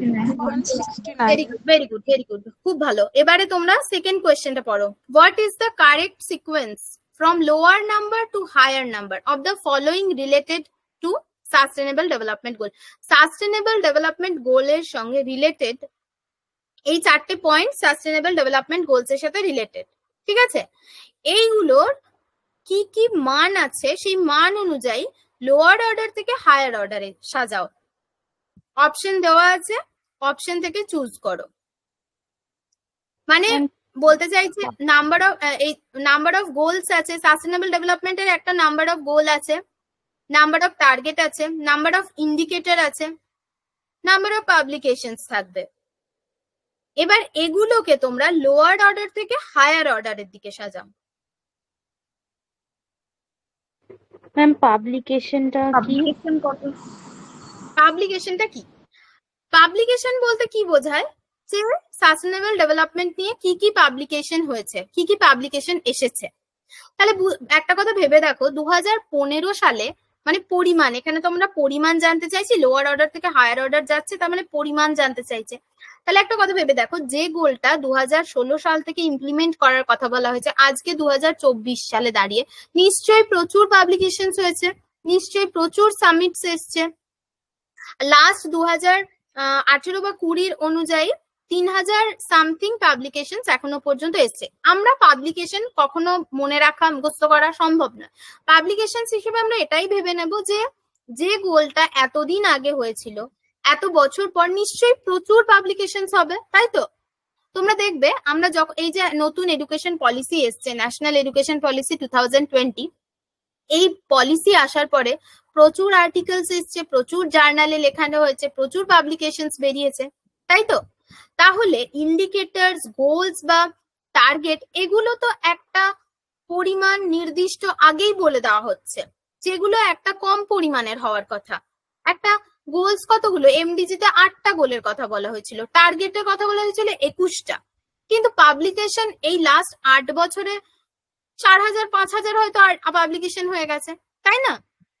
তাহলে নাম্বার অফ পাবলিকেশন এমডিজিডি বলো বা এসডিজিডি বলো, যদি এরকম কোশ্চেন আবার আসে তাহলে পাবলিকেশনটা সব থেকে হাইয়েস্ট থাকবে, এইটা ধরে রাখতে পারো। এরপরে বাকি 3টে সাজিয়ে নাও। ম্যাম তাহলে তো অপশন 3 হবে দিয়ে। ম্যাম দাও অপশন দাও, লেখো। ম্যাম বলো। সাস্টেনেবল ডেভেলপমেন্ট গোলস মানে এখানে এসডিজির কথা বলা হয়েছে তো? বলো, বুঝতে পারছি না, আরেকবার বলো। হ্যাঁ বলছি সাস্টেনেবল ডেভেলপমেন্ট গোলস মানে এসডিজি অনুযায়ী সাজাতে বলেছে, তাই তো? হ্যাঁ হ্যাঁ, এসডিজি তে যা গোলস ছিল, এসডিজি তে যে টার্গেট ছিল, যে ইন্ডিকেটর ছিল, সেই অনুযায়ী বা যে পাবলিকেশন নাম্বার অফ পাবলিকেশন হতে পারে সেই অনুযায়ী লোয়ার অর্ডার থেকে হায়ার অর্ডারের দিকে সাজাও, কম থেকে বেশির দিকে সাজাও। কটা গোলস ছিল বলো, কটা গোলস ছিল? 17টা। টার্গেট কতটা ছিল? টার্গেট কটা ছিল? 169। 160। ইন্ডিকেটরস কটা ছিল? 232। হ্যাঁ 242, তাই তো? তাহলে সবার আগে কি হবে? Number of goals 17। 17 সব থেকে ছোট তো, from lower number to higher number বলেছে, তাহলে সবার আগে আসবে প্রথমে নাম্বার অফ, হ্যাঁ প্রথমে নাম্বার অফ গোল, তারপরে নাম্বার অফ টার্গেট, তারপরে নাম্বার অফ ইন্ডিকেটর, তারপরে পাবলিকেশন। ঠিক আছে, তার মানে হবে অপশন 3, তাই তো? অপশন 3 অ্যানসার হবে অপশন 3, একদম। তাহলে বুঝতে পারছো কি ধরনের কোয়েশ্চেন আসে? এটা 2024 এর কোয়েশ্চেন, এই ধরনের কোয়েশ্চেন আসে। মানে এই কোয়েশ্চেনটা আমি এই বছরের ইভিনিং শিফটে এসছে, ঠিক আছে? এই ধরনের কোয়েশ্চেন কিন্তু কোনোবার আসেনি, এটা প্রথম। মানে কি ধরনের কোয়েশ্চেন হতে পারে ভাবো, সবাই কনফিউজ হবে পাবলিকেশনে, কারোর জানা নেই পাবলিকেশন কটা, কিন্তু পাবলিকেশন আমরা এটা জেনারেল হিসেবে ধরে নিতে পারি, একটা এত বছর আগে যে গোলস এসছে সেই গোলস এর পাবলিকেশন তো প্রচুর হবেই, তাই না? সেই হিসেবে আমি ধরে নেবো পাবলিকেশন লাস্টে থাকবে, সবার আগে গোল থাকবে, এ ব্যাপারেও আমি শিওর। আমি যদি অন্য কিছুই না বুঝতে পারি তাহলে আমি এইটা তো বুঝতে পারবো যে নাম্বার অফ গোলস সবার আগে হবে, 17টা গোল, বাকিগুলো তো সবার পরে হবে। তাহলে বি অপশন আছে শুধুমাত্র 3-তে, আর তো কোথাও বি নেই, তাই না? সেই হিসেবেও করতে পারো। বি সি ডি, সিও দেখছো, ডি এর থেকে তো সি বেশি আছে। ইন্ডিকেটরসটা আগে কিন্তু কখনোই এতটা ইম্পর্টেন্ট ছিল না, কিন্তু আমি ইন্ডিকেটরটা অ্যাড করলাম এই 24 সালের কোশ্চেন দেখেই তোমাদের। এই হচ্ছে এই ধরনের প্যাটার্ন, আরো প্যাটার্ন আছে আমরা পড়বো, তার আগে আমরা এসডিজি গোলগুলো পড়ে নিই। 17টা গোল আছে, যে গোলগুলো জানা খুবই প্রয়োজন। 17টা গোল ছাড়া 169, শুনতে পাচ্ছ? হ্যালো বাবা, শুনতে পাচ্ছি। ঠিক আছে ঠিক আছে। তো এবার দেখো, এই যে ভিতরে আমি বেশ কয়েকটা ইম্পর্টেন্ট টার্গেটসও উল্লেখ করে দিয়েছি। 2021 সালে টার্গেটস থেকেও কোয়েশ্চেন এসছে। এবার 169 টার্গেটস করা তো কারো সম্ভব নয়, কখনো মনে রাখাটাও পসিবল নয়, কিন্তু কিছু কিছু ইম্পর্টেন্ট ভালো, তোমরা আমি একটা লিংক দিয়ে দিয়েছি এখানে, সেখান থেকে গিয়ে টার্গেটস দেখে নিতে পারো। খুব কপাল খারাপ থাকলে টার্গেটস থেকে কোয়েশ্চেন আসবে, না হলে কি কোয়েশ্চেন আসতে পারে, যে কোনো এই অ্যারেঞ্জ করতে বলতে পারে, 1 নম্বর গোলটা কত ছিল, 7 নম্বর গোলটা কত ছিল, যেরকম এমডিজি তে পড়েছি সেরকমই এখানে আসতে পারে। তো প্রথম সাস্টেনেবল ডেভেলপমেন্টের গোল 1 নম্বর হচ্ছে নো পভার্টি। এর আগে পড়েছিলাম ইরাডিকেশন অফ পভার্টি, এখন পড়ছি নো পভার্টি, মানে কোন রকম দুর্ভিক্ষের কোনো চিহ্ন থাকবে না, সমস্ত রকমের দুর্ভিক্ষ দূর করতে হবে বাই 2030। কত সালের মধ্যে? 15 বছরের মধ্যে শেষ করতে হবে, 2030-এর মধ্যে নো পভার্টি, ঠিক আছে?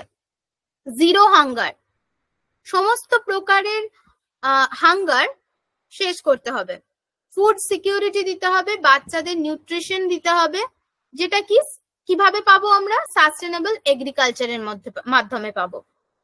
ঠিক আছে, দেখো এখানে যে আমি টার্গেটস গুলো মেনশন করেছি এগুলো হচ্ছে ভীষণ ইম্পর্টেন্ট টার্গেটস। তোমরা মানে এই টার্গেটস গুলো একবার করে জাস্ট চোখ বুলিয়ে নিও, কারণ এটা মুখস্থ করাটা তো পসিবল নয়, তবে যদি একবার দুবার করে পড়েও ফেলতে পারো তাহলে একটা আইডিয়া পেয়ে যাবে। যদি বাই চান্স কোনো কোয়েশ্চেন আসে হয়তো পারবে, কিন্তু মেজরলি যেটা মনে রাখতে হবে পরপর পরপর গোলস গুলো মনে রাখতে হবে। প্রথমে জানলাম কি, ওখানে যেরকম জেনেছিলাম ইরাডিকেশন অফ পভার্টি, এখানে নো পভার্টি। সেকেন্ড হচ্ছে জিরো হাঙ্গার। 3 নম্বর হচ্ছে কি গুড হেলথ অ্যান্ড ওয়েলবিং। আমরা যে ডিজিজেস গুলোর কথা পড়েছিলাম এমডিজি গোলসে, এসডিজি তে এসে আমরা বলছি কি 2030-এর মধ্যে সেই সমস্ত ধরনের রোগগুলোর একদম শেষ করতে হবে, একদম শেষ করে দিতে হবে রোগগুলো, এবং যেন একটা healthy life, wellbeing, promote wellbeing, এবং সেটা কাদের মধ্যে হবে? সমস্ত প্রকার এজ গ্রুপের মানুষের মধ্যে হবে। ঠিক আছে, 4 নম্বর পয়েন্টটা কি আসছে? Quality education, ensure quality education, inclusive and equitable quality education. আগের বারে কি বলেছিল? প্রাইমারি এডুকেশনের কথা শুধু বলেছিল। কি বলা হলো? যে এমডিজি গোলটা সংকীর্ণ, মাত্র কয়েকটা গোলস নিয়ে এই পুরো ডেভেলপমেন্টাল সামিটটা হয়েছিল, মিলেনিয়াম ডেভেলপমেন্ট সাস্টেনেবল। কি বলা হলো? আরো বড় করতে হবে, এরিয়াটাকে বড় করতে হবে। তাই এখানে কি কি আনা হলো? শুধুমাত্র প্রাইমারি এডুকেশন নয়, quality education and promote life long learning opportunity for all, সমস্ত এজ গ্রুপ, শুধু প্রাইমারি এডুকেশন নয়, সমস্ত এডুকেশন গ্রুপের মধ্যে ইনক্লুসিভ এডুকেশন, ইকুইটেবল এডুকেশনের কথা প্রমোট করা হলো, যার জন্য 4 নম্বর পয়েন্ট আসছে কি কোয়ালিটি এডুকেশন। 5 নম্বর কি gender equality, achieve gender equality and empower all women and girls, যা আমরা এমডিজি তে পড়েছিলাম।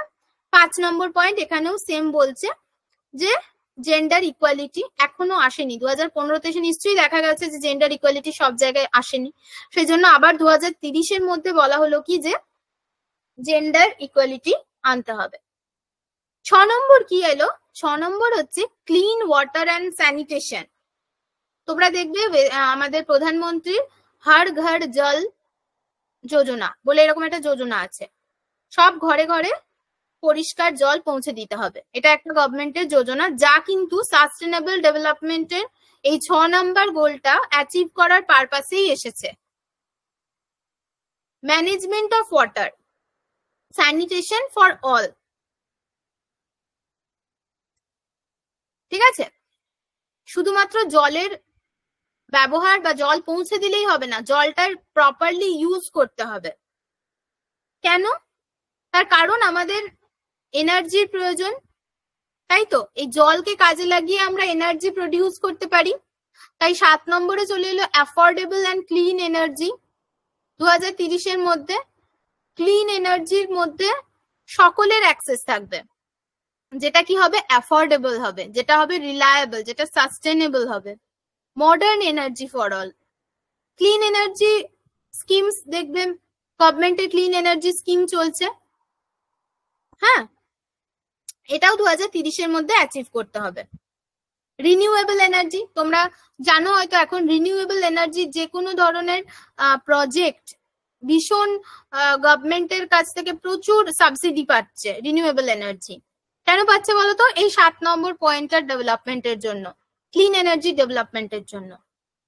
ঠিক আছে, 8 নম্বর কি decent work and economic growth. Decent promote sustained, inclusive and sustainable economic growth, full and productive employment and decent work for all, মানে আনএমপ্লয়মেন্টের reduction ঘটাতে হবে, এমপ্লয়মেন্ট অপরচুনিটি বাড়াতে হবে, সকলে যাতে কাজ পায়, ইকোনমিক গ্রোথের চেষ্টা করতে হবে। সকলে কাজ পেলে পার ক্যাপিটা ইনকাম বাড়বে, পার ক্যাপিটা ইনকাম বাড়া মানে ইকোনমিক গ্রোথ বাড়া। ঠিক আছে, 2030-এর মধ্যে এটা করতে হবে। তাহলে তোমরা ভাবো ইকোনমিক গ্রোথ কিভাবে হচ্ছে? প্রত্যেকটা পয়েন্ট এক একটার সাথে ইন্টারলিঙ্কড। ইকোনমিক গ্রোথের জন্য গভর্নমেন্ট কি করছে? গভর্নমেন্ট দেখবে সবসময় বিভিন্ন ধরনের ছোট ছোট ইন্ডাস্ট্রি, মানে যেটাকে এখানে বলে ক্ষুদ্র শিল্প, ক্ষুদ্র কুটির শিল্প, এগুলো প্রমোট করে তো গভর্নমেন্ট সবসময়। এগুলোর ফলেই আমাদের ইকোনমি গ্রোথ আসে, তাই তো? তাহলে 9 নম্বর পয়েন্টটা হচ্ছে সেটা, industry, innovation and infrastructure. Inclusive sustainable industrialisation করতে হবে, ইনোভেশন বাড়াতে হবে। এই যে আমরা রিসেন্টলি দেখলাম আমাদের ইসরো কত ডেভেলপমেন্টাল কিছু কিছু প্রজেক্ট করলো, দেখেছিলে তো? চন্দ্রযান বানালো ইসরো, তাই না? সেখানে কি, সেটার জন্য তো প্রচুর পরিমাণ ক্যাপিটালস প্রয়োজন। সেই ক্যাপিটালস গভর্নমেন্ট কেন দিচ্ছে? তার কারণ ইনোভেশনকে ফস্টার করছে, ইনোভেশনকে কি বলবো, বাহবা দিচ্ছে। হ্যাঁ, এরপর হচ্ছে রিডিউসিং ইনইকুয়ালিটি। সমস্ত রকম ইনইকুয়ালিটি যে সমস্ত জায়গায় রয়েছে, সমস্ত প্রকার, সেটা কান্ট্রির মধ্যে হতে পারে, সেটা মেল ফিমেলের মধ্যে হতে পারে, সেই ইনইকুয়ালিটি কমাতে হবে। তাহলে আমরা 9 নম্বর পয়েন্টের সঙ্গে যদি ধরো লিঙ্ক করি 10 নম্বর পয়েন্টটা, এটা ভাবতে পারো এই যে ইন্ডাস্ট্রি গঠন হচ্ছে, এই ইন্ডিয়াতে বিভিন্ন জায়গায় বিভিন্ন অঞ্চলে ধরো ইন্ডাস্ট্রি হওয়ার কথা বলছে, গভর্নমেন্ট বলছে আমরা এই ইন্ডাস্ট্রি নিয়ে আসছি। সেই একটা ইন্ডাস্ট্রি হওয়া মানে কি, একটা ডেভেলপমেন্ট হওয়া। যে কোনো একটা ইন্ডাস্ট্রি, ধরো আমাদের পাশেই আমরা দেখছি কি, ধরো দুর্গাপুর তো একটা ইন্ডাস্ট্রিয়াল শহর, তোমরা সবাই জানো। ওখানে ইন্ডাস্ট্রি গড়ে উঠেছিল, তাই জন্য ওখানে একটা জঙ্গল ছিল, সেখান থেকে ওখানে একটা ইন্ডাস্ট্রিয়াল সিটি তৈরি হয়েছে। তাহলে এই ইন্ডাস্ট্রি কোথায় হবে, কোন অঞ্চলে হবে, সেই নিয়ে একটা ইনইকুয়ালিটিস আসতে পারে। তাই 10 নম্বর, যখনই তোমরা ইন্ডাস্ট্রি মনে রাখবে, 10 নম্বর পয়েন্ট মনে রাখবে সেই ইন্ডাস্ট্রি থেকেই এসেছিল ইনইকুয়ালিটি। তাহলে রিডিউসিং ইনইকুয়ালিটি, 10 নম্বর পয়েন্ট রিডিউসিং ইনইকুয়ালিটি। ঠিক আছে, 11 নম্বর পয়েন্ট কি, sustainable সিটিজ and communities. Sustainable সিটিজ and communities, government কি বলছে, গ্রিন সিটিজ প্ল্যান নিয়ে আসছে, তাই না? ওয়েস্ট ম্যানেজ, যেখানে গ্রিন সিটি মানে কি, যেখানে ওয়েস্ট ম্যানেজমেন্ট প্রকল্প তৈরি হবে, যেখানকার এয়ার কোয়ালিটি খুব ভালো হবে, যেখানে সিটির সবকিছু ফেসিলিটিস পাবে মানুষ, কিন্তু এনভায়রনমেন্টালি কোনো রকম ক্ষতিগ্রস্ত না হয়ে সমস্ত ভালো ভালো যে ফেসিলিটি গুলো আছে মানুষ সেগুলো পাবে। তবেই আমরা সেই সিটিকে বলবো সাস্টেনেবল সিটিজ বা সাস্টেনেবল কমিউনিটিজ। 11 নম্বর পয়েন্ট হচ্ছে রেসপন্সিবল কনজাম্পশন অ্যান্ড প্রোডাকশন। সিটিতে বা ইন্ডাস্ট্রিতে যে ধরনের প্রোডাকশন হচ্ছে, সেই প্রোডাকশন এবং যে ধরনের কনজাম্পশন হচ্ছে, সেই বিষয়ে রেসপন্সিবল হতে হবে। Sustainable consumption, sustainable production pattern follow করতে হবে, ওয়েস্ট ম্যানেজমেন্ট করতে হবে। ঠিক আছে, এটা হচ্ছে 12 number point, responsible consumption and production. এই যে ইনোভেশন হচ্ছে, এই যে ইন্ডাস্ট্রি তৈরি হচ্ছে, সিটি তৈরি হচ্ছে, আমরা যদি রেসপন্সিবল কনজাম্পশন আর রেসপন্সিবল প্রোডাকশন না করি, তখন কি হবে? ক্লাইমেটের উপর এফেক্ট পড়বে, ক্লাইমেট চেঞ্জ হতে পারে, যেটা এখন হচ্ছেও। তাই জন্য 13 নম্বর পয়েন্ট হচ্ছে ক্লাইমেট অ্যাকশনস। ক্লাইমেট চেঞ্জের জন্য সমস্ত রকমের যা যা আর্জেন্ট অ্যাকশন না নেওয়া প্রয়োজন, সেই অ্যাকশন গুলো নিতে হবে। ঠিক আছে, যার ফলে কি হয়, ন্যাচারাল হ্যাজার্ড, ন্যাচারাল ডিজাস্টার সেগুলো কম হয়। যে কোনো প্রকার ক্লাইমেট চেঞ্জের জন্য যা যা খারাপ খারাপ বা সিচুয়েশন বা পরিস্থিতি তৈরি হচ্ছে, সেগুলো যাতে না হয় তার জন্য লক্ষ্য রাখতে হবে। 14 নম্বর পয়েন্ট কি, life below water, conserve and সাস্টেনেবলি use of the oceans. Life below water, below water মানে কি, ওশন, সি, মেরিন রিসোর্স। এই যে আমাদের ধরো সামুদ্রিক বা জলজ রিসোর্স, জলজ সম্পদ রয়েছে, সেইটাকেও কিন্তু সাস্টেনেবলি ইউজ করতে হবে। ঠিক আছে, সেই জন্য 14 নম্বর পয়েন্টটা হচ্ছে লাইফ বিলো ওয়াটার। তারপর কি, লাইফ বিলো ওয়াটার যেমন করলাম, সেরকম লাইফ অন ল্যান্ড, সেটারও তো সাস্টেনেবল ইউজ করতে হবে। এই যে আমরা লাইফ অন ল্যান্ড বলতে কি বলতে চাইছি, ল্যান্ডের মধ্যে কি হয়, প্রচুর মানুষ বাস করছে, মানুষ কি করছে, গাছ কেটে ফেলছে, বাড়ি তৈরি করছে, তাই তো? তার মানে কি হচ্ছে, ক্রমশ ডেজার্টে পরিণত হচ্ছে, একটা কংক্রিট ডেজার্টে পরিণত হচ্ছে পৃথিবীটা।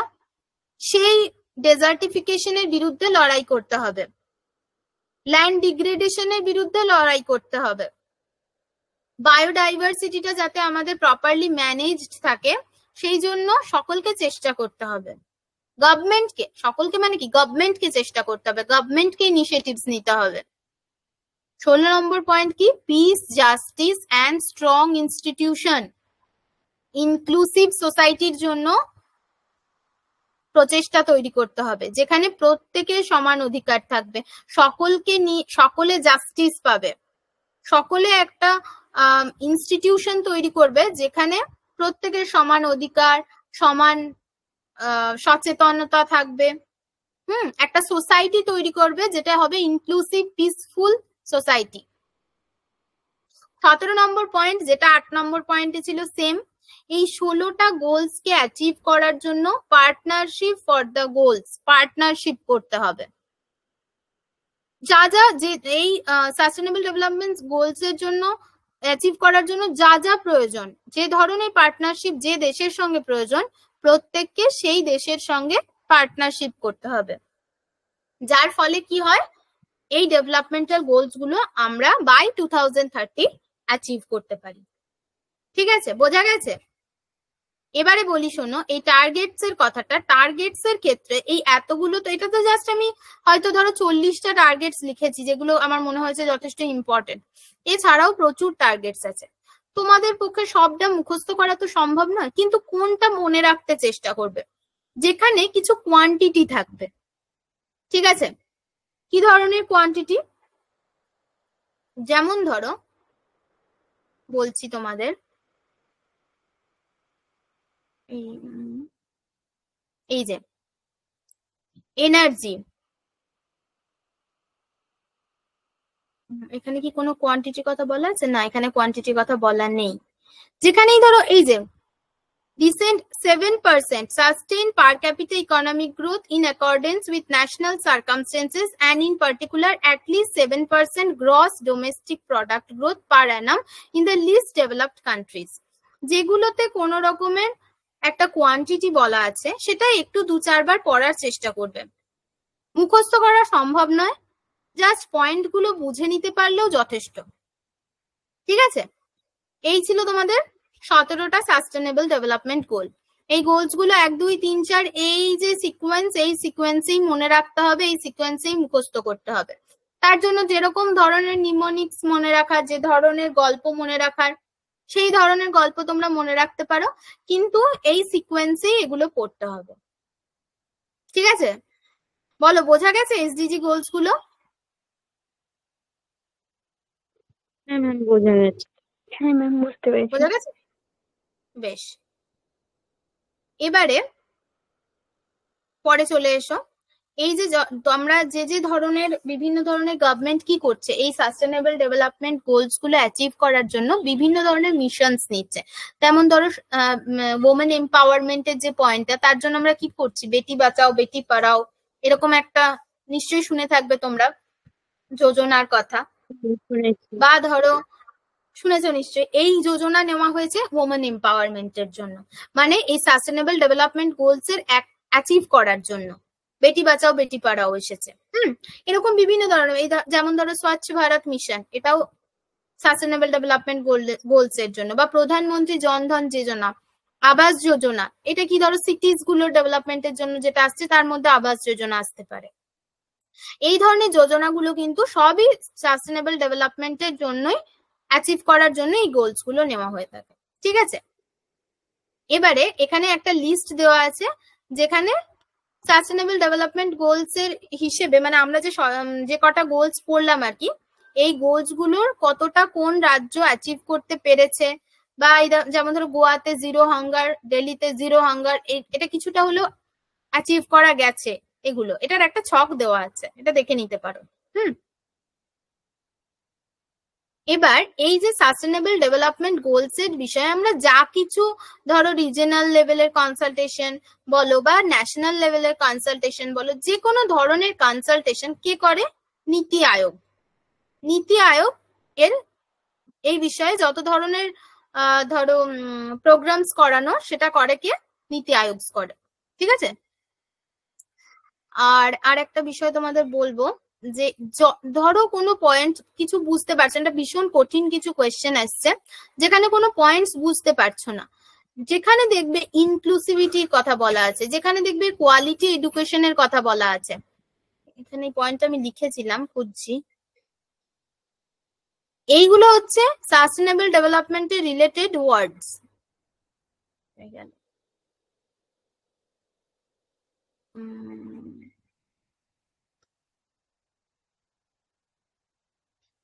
এখানেই কোথাও লিখেছিলাম, যাই হোক আমি তোমাদের এখন বলছি যে যত ধরনের words related to inclusivity, related to quality education, related, এই দেখো এই যে যেখানে basic standards of living, fostering equitable social development, inclusion, promoting integrated and sustainable management, এই ধরনের যত ধরনের ওয়ার্ডস দেখতে পারবে, মানে ওভারঅল ডেভেলপমেন্টের কথা যখনই বলা হচ্ছে, এবং কেমন ডেভেলপমেন্টের কথা বলা হচ্ছে, যেখানে সবকিছু সাস্টেনেবল হবে, ইকুইটেবল হবে, যেখানে সবকিছু ইনক্লুসিভ থাকবে, তার মানে সেটা সাস্টেনেবল ডেভেলপমেন্ট গোলস এর সাথে রিলেটেড, যার ওভারঅল এম কি? Transforming the world.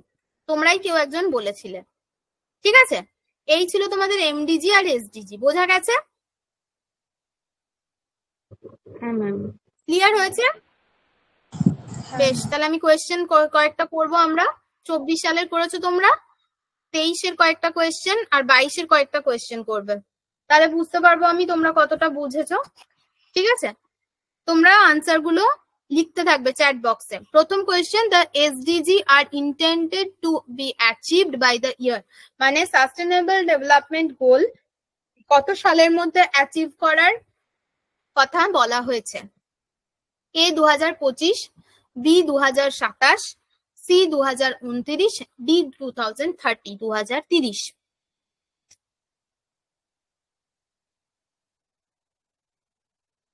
আচ্ছা, আনসার পেয়ে গেছি। ঝর্ণা বলেছে 3, 3। আচ্ছা, ঝর্ণা 3 বলছে, শিল্পা ডি বলছে, মৌপিয়া ডি বলছে, প্রীতি ডি বলছে, ইলোরাও ডি বলছে, অর্চনাও ডি বলছে। ঠিক আছে ঝর্ণা, এটা দেখে নাও, এটা বলা হয়েছে 2030। হ্যাঁ, বাকিটা ঠিক বলেছো, 2030। আরেকবার ঝর্ণা পড়ে নেবে, পিডিএফটা পড়ে নেবে। ঠিক আছে, 2030 সালের মধ্যে।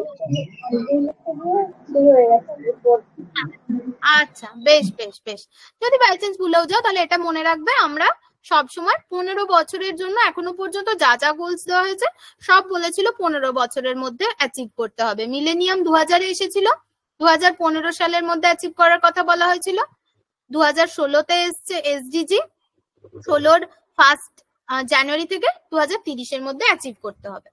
Which of the following is not a SDG goal? এর মধ্যে কোনটি এসডিজি গোল নয়? A, decent work and economic growth, B, industry, innovation and infrastructure, C, climate change, D, education for everyone.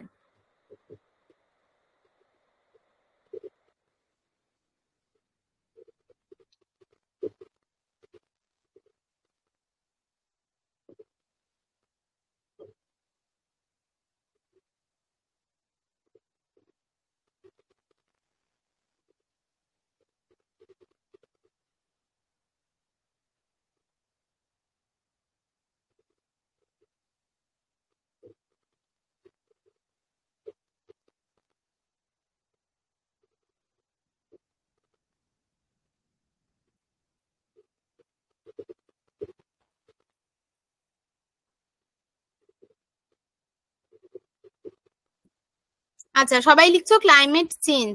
কেন ক্লাইমেট চেঞ্জ কেন হবে? কি বলা হয়েছিল গোলসে?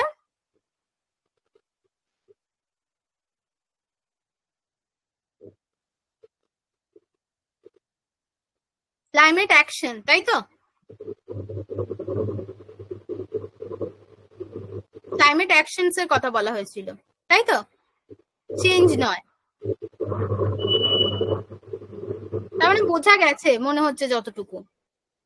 ঠিক আছে, সবাই ঠিকঠাকই উত্তর দিচ্ছ। 5 নম্বর পয়েন্টটা কোয়েশ্চেনটা পড়ো। Millennium development goals MDG were established during millennium summit of the United Nations in the year 2000। এটা হচ্ছে স্টেটমেন্ট 1। স্টেটমেন্ট 2 হচ্ছে sustainable development goals SDG were adopted in the year 2015। তাহলে উত্তর কি হবে? A, both statement 1 and statement 2 are correct. Both statement 1 and statement 2 are incorrect. Statement 1 is correct, statement 2 is incorrect. নাকি statement 1 is incorrect but statement 2 is correct. মানে প্রথমটা বলছে MDG establish হয়েছিল 2000 সালে, তারপরটা কি বলছে এসডিজি 2015 তে অ্যাডপ্ট করা হয়েছিল। এখানে বসুন, আচ্ছা খেলবো পরে, আগে মিউট করো, মিউট করে লেখো।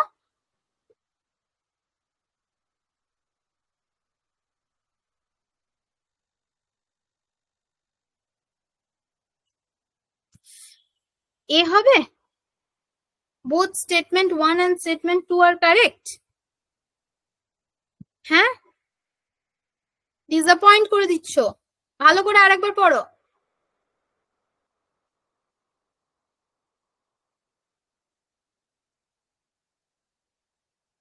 দু 2015 সালে কি অ্যাডপ্ট করা হয়েছিল? বলো। ম্যাম 2016 হবে, মানে 2টা ইনকারেক্ট হবে। একদম তাই তো। তাহলে প্রথমটা ঠিক এবং দ্বিতীয়টা ভুল, তাই তো? C, very good, C, option C হবে। তাহলে বুঝতে পারছো কতটা মন দিয়ে দেখতে হবে। এইটুকু ভুলেই কিন্তু 2 নাম্বার চলে গেল, বোঝা গেছে? এবার 6 number, environmental education must be an integral part of all the academic program as students need to be mainly sensitized about কি বিষয়ে? সেন্সিটাইজ করার জন্য এনভায়রনমেন্টাল এডুকেশনটা একাডেমিক প্রোগ্রামে রাখা হয়েছে। এক, it's interdisciplinary and multidisciplinary in nature. 2, it emerge as a specialised field. C, relationship between culture and environment. আর D, environmental degradation and its consequences for life on earth. এই 4টে অপশনের মধ্যে কোনটার জন্য স্পেসিফিক্যালি আমাদের এনভায়রনমেন্টাল এডুকেশন পড়ার কথা বলা হচ্ছে? লেখো। ঝর্ণা আগেরটা বলেছো না, এ আর সি দিয়েছো আগের কোয়েশ্চেনটাই বোধহয় না?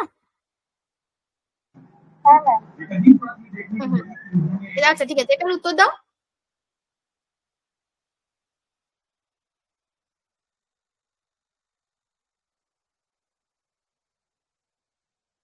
এনভায়রনমেন্টাল এডুকেশন আমরা কেন পড়বো? কারণ environmental education multidisciplinary in nature, সমস্ত রকমের বিষয়বস্তু নিয়েই এটা আলোচনা করে। নাকি এটা একটা স্পেশালাইজড ফিল্ড সেজন্য পড়বো? নাকি এটা কালচার, সংস্কৃতি আর পরিবেশের সঙ্গে রিলেশনশিপ বলে তার জন্য পড়বো?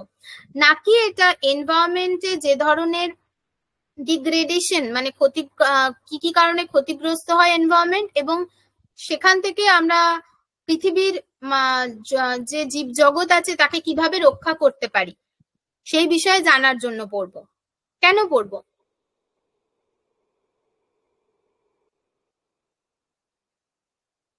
শিল্পা বলেছে ডি, মৌপিয়া ডি, ঝর্ণা ডি,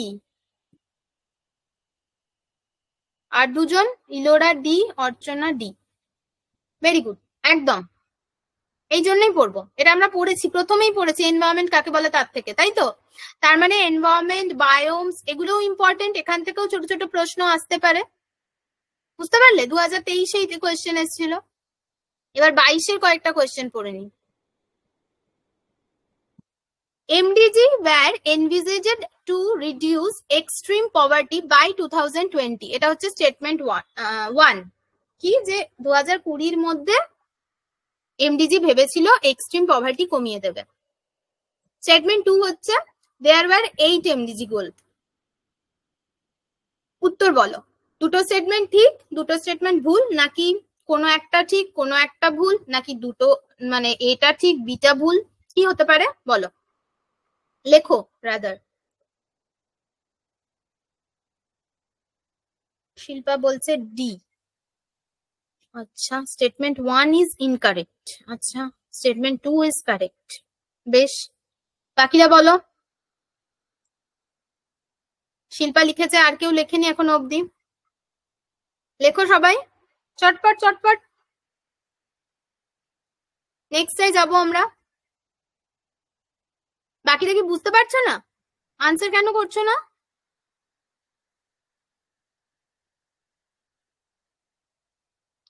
ঠিক আছে, ভেরি গুড। 2020-র মধ্যে করার কথা বলা হয়নি, তাই তো? কত সালের মধ্যে করা হয়তো কথা বলা হয়েছিল? 2015। Very good. 8-এ চলে গেলাম। The contribution of energy efficiency enhancement measures could be significant in the realization of the following SDGs. এটার জন্য আমার মনে হয় তোমাদের আরেকবার করে গোলস গুলো দেখতে হবে, এক্ষুনি হয়তো পারবে না। পারবে কি?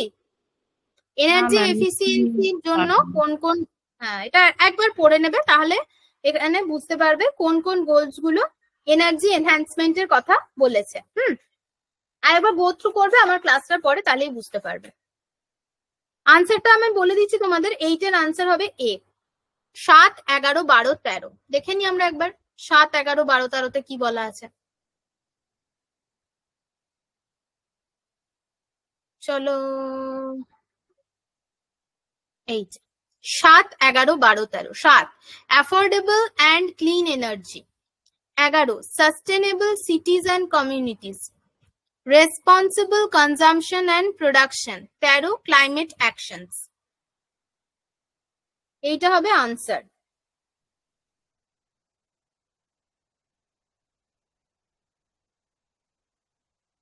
নম্বর পয়েন্টটা পড়ো। Understanding the concept of sustainable development is prerequisite for developing the values needed for it. Statement 2 কি বলেছে? Sustainable development is defined as the development that meet the need of present generation without compromising the ability of future generation to meet their own need.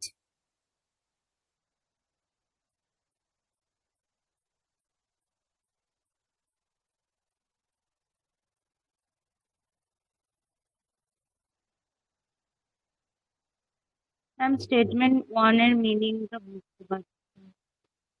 হ্যাঁ, আমি বাংলা করছি, একটু ধৈর্য ধরে নাও। আমি বুঝতে পেরেছি এখানে গন্ডগোল হতে পারে।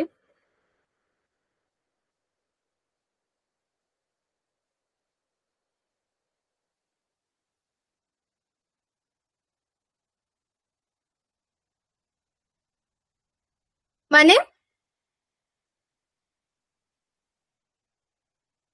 প্রিরিকুইজিট কিছু কিছু শর্ত আছে।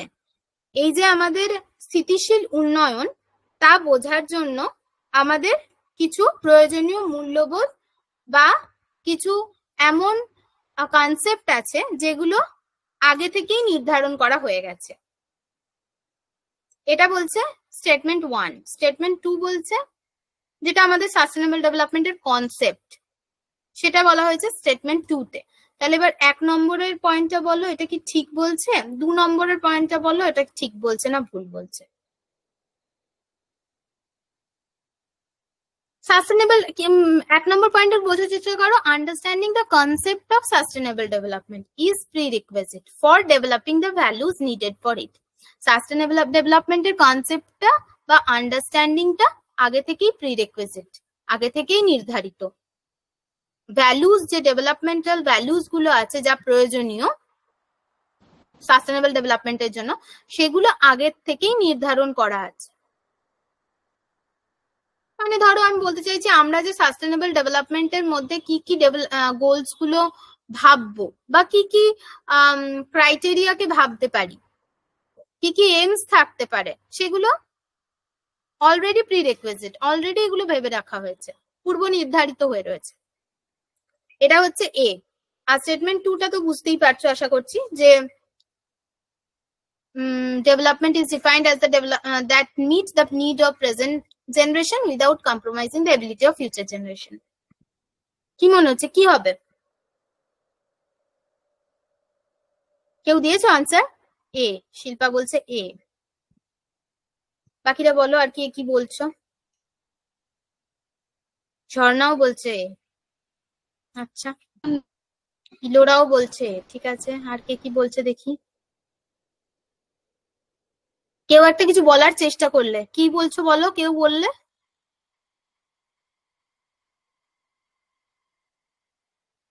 ঝর্ণা, ইলোরা, শিল্পা বলছে এ। আর মৌপিয়া, আর একজন কি জানি নাম আছে, মৌপিয়া, অর্চনা। অর্চনা, মৌপিয়া, তোমাদের কি মনে হচ্ছে? বন্ধুরা ঠিক বলছে না ভুল বলছে? ম্যাম আমি স্ক্রিনটাই এই যা। দেখতে পাচ্ছি না। ম্যাম আমি কেউ দেখতে স্ক্রিনটাই পাচ্ছে দেখতে না? পাচ্ছি না। বাকিরা পাচ্ছো? দেখো না ম্যাম দেখতে পাচ্ছি, হ্যাঁ ম্যাম, হ্যাঁ বেশ বেশ বেশ বেশ, আর একবার দেখে নাও তাহলে। এই কনসেপ্টটা, সাস্টেনেবল ডেভেলপমেন্ট যে কনসেপ্ট, সেটা আগে থেকেই পূর্ব নির্ধারিত। তার ভ্যালুস গুলো, যে ভ্যালুস গুলো এর জন্য প্রয়োজন, সেটা পূর্ব নির্ধারিত। এটা কি সত্যি না মিথ্যা, কি মনে হচ্ছে? আমি বলে দিই তাহলে, যারা এ বলছো তারা ঠিক বলছো। এর ভ্যালুস গুলো পূর্ব নির্ধারিত হয়ে আছে। কি কি কি কি জিনিসের প্রয়োজন সাস্টেনেবল ডেভেলপমেন্টের জন্য, তার সেই বিষয়টা আমরা জেনে গেছি, আগে থেকেই জেনে গেছি। তারপরেই না আমরা গোলস গুলো নির্ধারণ করেছি। আমরা প্রথমেই ভেবে নিয়েছি এই ডেভেলপমেন্ট গুলো প্রয়োজন, তবেই তো আমরা ভেবেছি যে হ্যাঁ এই গোলগুলো এর জন্য করতে হবে, এই ডেভেলপমেন্টের জন্য, তাই তো? তাহলে 9 এর এ হচ্ছে রাইট আনসার। যারা এ বললে ভেরি গুড, বুঝে গেছো তোমরা। 10 এর পয়েন্ট পড়ো। Which of the following is envisaged in SDG? SDG মানে sustainable development goal. A, by 2020, conserve at least 50% of coastal and marine areas. B, by 2030, reduce on third of the per capita global food waste at the retail and consumer level. C, by 2030, double the global rate of improvement in energy efficiency. Or D, by 2030, reduce 1/5 of the premature mortality from non-commutable diseases. যদি এনভিজেজড কথাটার মানে না বুঝতে পারো, তাহলে হচ্ছে বিবেচনা করা। এগুলোর মধ্যে কোনটা বিবেচনা করেছিল? 10 এর প্রশ্নটা কঠিন। 10 এর প্রশ্নটার উত্তর নাও পারা যেতে পারে। না পারা যাওয়ার চান্সেসই 99.99%। তার কারণ এটা হচ্ছে একটা টার্গেট, যেটা তোমাদের বলছিলাম। এখানে আনসার হবে by 2030 double the global rate of improvement in energy efficiency. Energy এফিসিয়েন্সির আন্ডারে একটা টার্গেট রয়েছে এরকম, যে গ্লোবাল রেট অফ ইমপ্রুভমেন্ট যেটা এনার্জি এফিসিয়েন্সি রয়েছে, সেটাকে ডাবল করে দিতে হবে by 2030। এর জন্য বলছিলাম একবার করে টার্গেটস গুলোর দিকেও আমাদের নজর দিয়ে যেতে হবে, যেখানে কি আছে এরকম ডেটার কথা বলা আছে। ঠিক আছে, এই ছিল 10 নম্বর। এটা যেহেতু তোমাদের ওখান থেকে পারার কথা নয়, তাই আমি বলে দিলাম। 11 নম্বর কোয়েশ্চেনটা দেখি।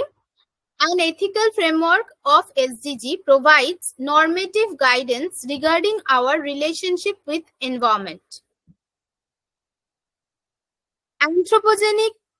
Anthropocentric model is misleading as evident from environmental consequences. এরকম কঠিন কঠিন প্রশ্ন দেখতে পাচ্ছ? এটা বাংলা করে দিতে হবে, তাই তো? হ্যাঁ ম্যাম।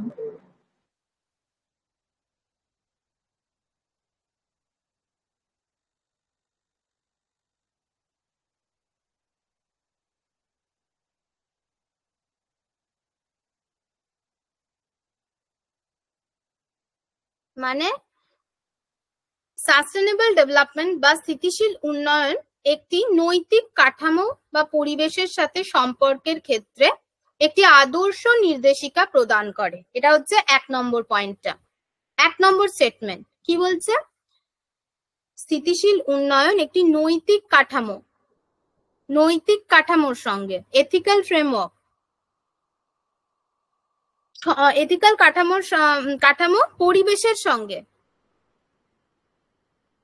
সম্পর্কের ক্ষেত্রে আদর্শ নির্দেশিকা প্রদান করে। এটা হচ্ছে স্টেটমেন্ট 1। স্টেটমেন্ট 2 কি? অ্যানথ্রোপোসেন্ট্রিক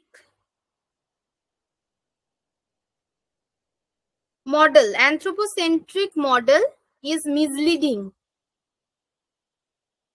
as evident from its environmental consequences।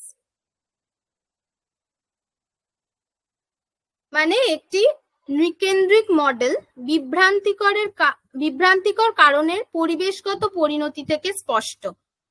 এটা হচ্ছে স্টেটমেন্ট 2। কি মনে হচ্ছে? ম্যাম 2 এর মানেটা শোনা গেল না, ঠিক আরেকবার বলুন। নৃকেন্দ্রিক মডেল মিসলিডিং মানে বিভ্রান্তিকর কারণ, মিসলিডিং এভিডেন্ট মানে বিভ্রান্তিকর কারণের পরিবেশগত পরিণতি থেকে স্পষ্ট। এটা হচ্ছে সেকেন্ড স্টেটমেন্টের মানে। প্রথম স্টেটমেন্ট বলছে স্থিতিশীল উন্নয়ন একটি নৈতিক কাঠামো বা পরিবেশের সঙ্গে সম্পর্কের ক্ষেত্রে আদর্শ নির্দেশিকা প্রদান করে। তার মানে কি, আমরা এসডিজি যদি আমরা এভাবে ভাবি যে এসডিজি তো সর্বক্ষেত্রে একটা ইনক্লুসিভিটির কথা বলছে, একটা এমন ডেভেলপমেন্টের কথা বলছে যেটা ওভারঅল ডেভেলপমেন্ট মানে সেখানে কি কি আসতে পারে? এথিক্স আসতে পারে, আমাদের সমাজ সম্পর্কে সচেতনতা আসতে পারে, পরিবেশ সম্পর্কে সচেতনতা আসতে পারে, মরালিটি সম্পর্কে সচেতনতা আসতে পারে। তাহলে এথিক্যাল ফ্রেমওয়ার্ক মানে নৈতিক কাঠামো বা পরিবেশের সঙ্গে সম্পর্কের ক্ষেত্রেও এটি নির্দেশিকা প্রদান করতেই পারে, তাই না? তার কারণ এটা তো একটা ওভারঅল ডেভেলপমেন্টের কথা বলা হচ্ছে। তার মানে 1 নম্বর আনসারটা সঠিক হওয়ার সম্ভাবনা অনেকটাই দেখা যাচ্ছে, তাই না? হ্যাঁ ম্যাম, 1 এরটা আদর্শ নির্দেশিকা, হ্যাঁ ট্রু হবে। আদর্শ নির্দেশিকা বলছে, আমরা সবসময় পড়ছি সাস্টেনেবল ডেভেলপমেন্টের ক্ষেত্রে আদর্শ একটা ডেভেলপমেন্টের কথা বলা হচ্ছে। তাহলে এখানে কিওয়ার্ড যদি ধরতে যাই আমরা, তাহলে কি হবে? যে নরমেটিভ গাইডেন্স, একটা এমন সম্পর্কের কথা বা এমন নির্দেশিকার কথা বলা হচ্ছে যেখানে নৈতিক কাঠামোর সঙ্গে পরিবেশের ডেভেলপমেন্ট হয়, পরিবেশ উল্লেখ রয়েছে, এনভায়রনমেন্টের উল্লেখ রয়েছে, তার মানে এসডিজির সাথে রিলেটেড বিষয়, এথিক্স এর উল্লেখ রয়েছে, এথিক্যাল ফ্রেমওয়ার্কের উল্লেখ রয়েছে, তার মানে পিপলের সঙ্গে রিলেটেড বিষয়। তার মানে 1 নম্বর উত্তরটা সঠিক হতে পারে, তাই তো ধরে নিতে পারি। স্টেটমেন্ট 2 বলছে anthropocentric model is misleading as evident from its environmental consequences। মানে কি, নৃকেন্দ্রিক মডেল বিভ্রান্তিকর কারণের পরিবেশগত পরিণতি থেকে স্পষ্ট। এর জন্য আবার আমাদের একটু এই মডেলটা কি সেটা জানতে হবে, সেটা আমরা নেক্সট দিন করব, ঠিক আছে? অলরেডি অনেক দেরি হয়ে গেছে, আমরা বাকি 3টে আছে এটা করে নি। তো এটার আনসার কিন্তু এটাই হবে, এ হবে। Both statement 1 and statement 2 is correct, ঠিক আছে? 12 নম্বর প্রশ্নতে এসো। which of the following are SDGs? Life below water, zero deforestation, clean water, clean air. এগুলোর মধ্যে কোন কোনগুলোর কথা এসডিজি তে বলা হয়েছে? এ, বি, সি, ডি। এটা তো পারবে না? এসিডির কথা বলা হয়েছে, এসিইর কথা বলা হয়েছে, এবিডির কথা বলা হয়েছে, এবিডিইর কথা বলা হয়েছে। কার কথা বলা হয়েছে?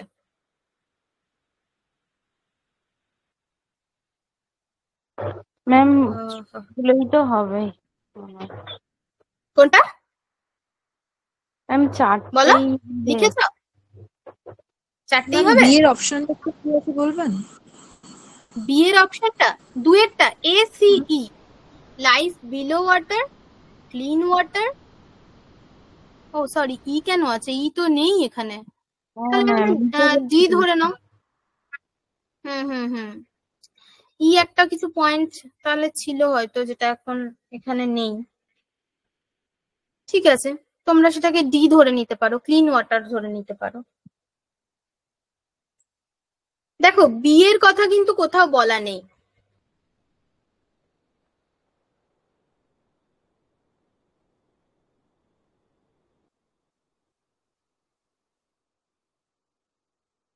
অ্যাকচুয়ালি কি বলতো এটা একটু কনফিউজিং, এই উত্তরটা একটু কনফিউজিং আছে।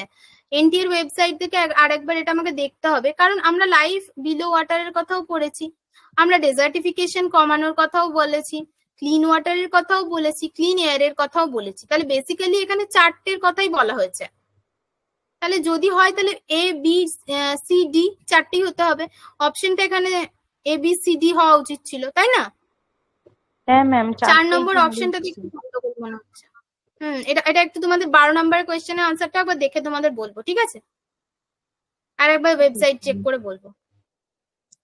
13 নম্বরটা পড়ি। MDG had a total 31 targets to be achieved by 2015। Statement 2, there are 8 goals in MDG and 17 goals in SDG। এটা তো তোমাদের মুখস্থ হয়ে গেছে আমি শিওর। স্টেটমেন্ট 1 ঠিক বলছে না ভুল? 1টা ফলস আর এটা ট্রু, 2টা হচ্ছে ট্রু।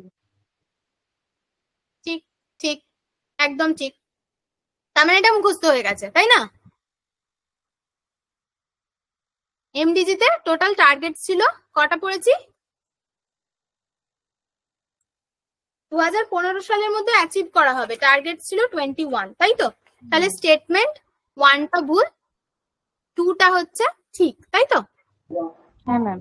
14 নাম্বার কি বলছে? which goal of 2030 agenda for SDG adopted by India in 2015 seeks to ensure inclusive and equitable quality education and promote lifelong learning opportunity for all। 2030-এ আমাদের যে গোলটা অ্যাচিভ করতে হবে, এরকম কোন এসডিজি গোল 2015 সাল থেকে নেওয়া হয়েছিল, যেটা ensure inclusive and equitable quality education and promote life long learning opportunity for all. মানে এটা বুঝতে পারছো যে যেটা আমার যে পয়েন্টটাতে বলা হয়েছিল কি এডুকেশনের কথা বলা হয়েছিল, সেই পয়েন্টটার কথা এখানে বলা হচ্ছে, সেই গোলটার কথা বলা হচ্ছে। সেই গোলটা কি ছিল মনে আছে? মনে এখন হয়তো থাকবে না, গোল 4 ছিল। হ্যাঁ, কোয়ালিটি এডুকেশনের কথা, ঠিক আছে? 17টা গোল একবার পড়বে বাড়িতে। 15 নম্বর question, which of the following goals are common in both SDGs and MDGs? Zero hunger, life below water, no poverty, life on earth, gender equality। এর মধ্যে চ্যাট বক্সে লিখে দাও কোন কোনগুলো এসডিজি তেও ছিল, এমডিজি তেও ছিল। Zero hunger, life below water, no poverty, life on earth, gender equality. Shortcut লিখে দাও, লাস্ট কোয়েশ্চেন এটা, আমরা র্যাপ আপ করবো ক্লাস।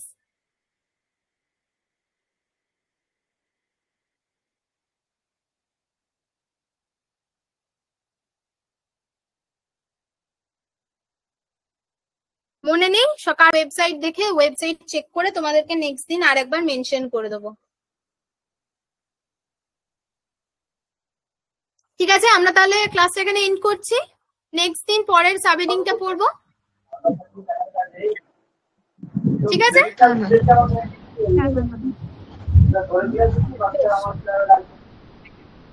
তাহলে সবাই লিভ করে যাও।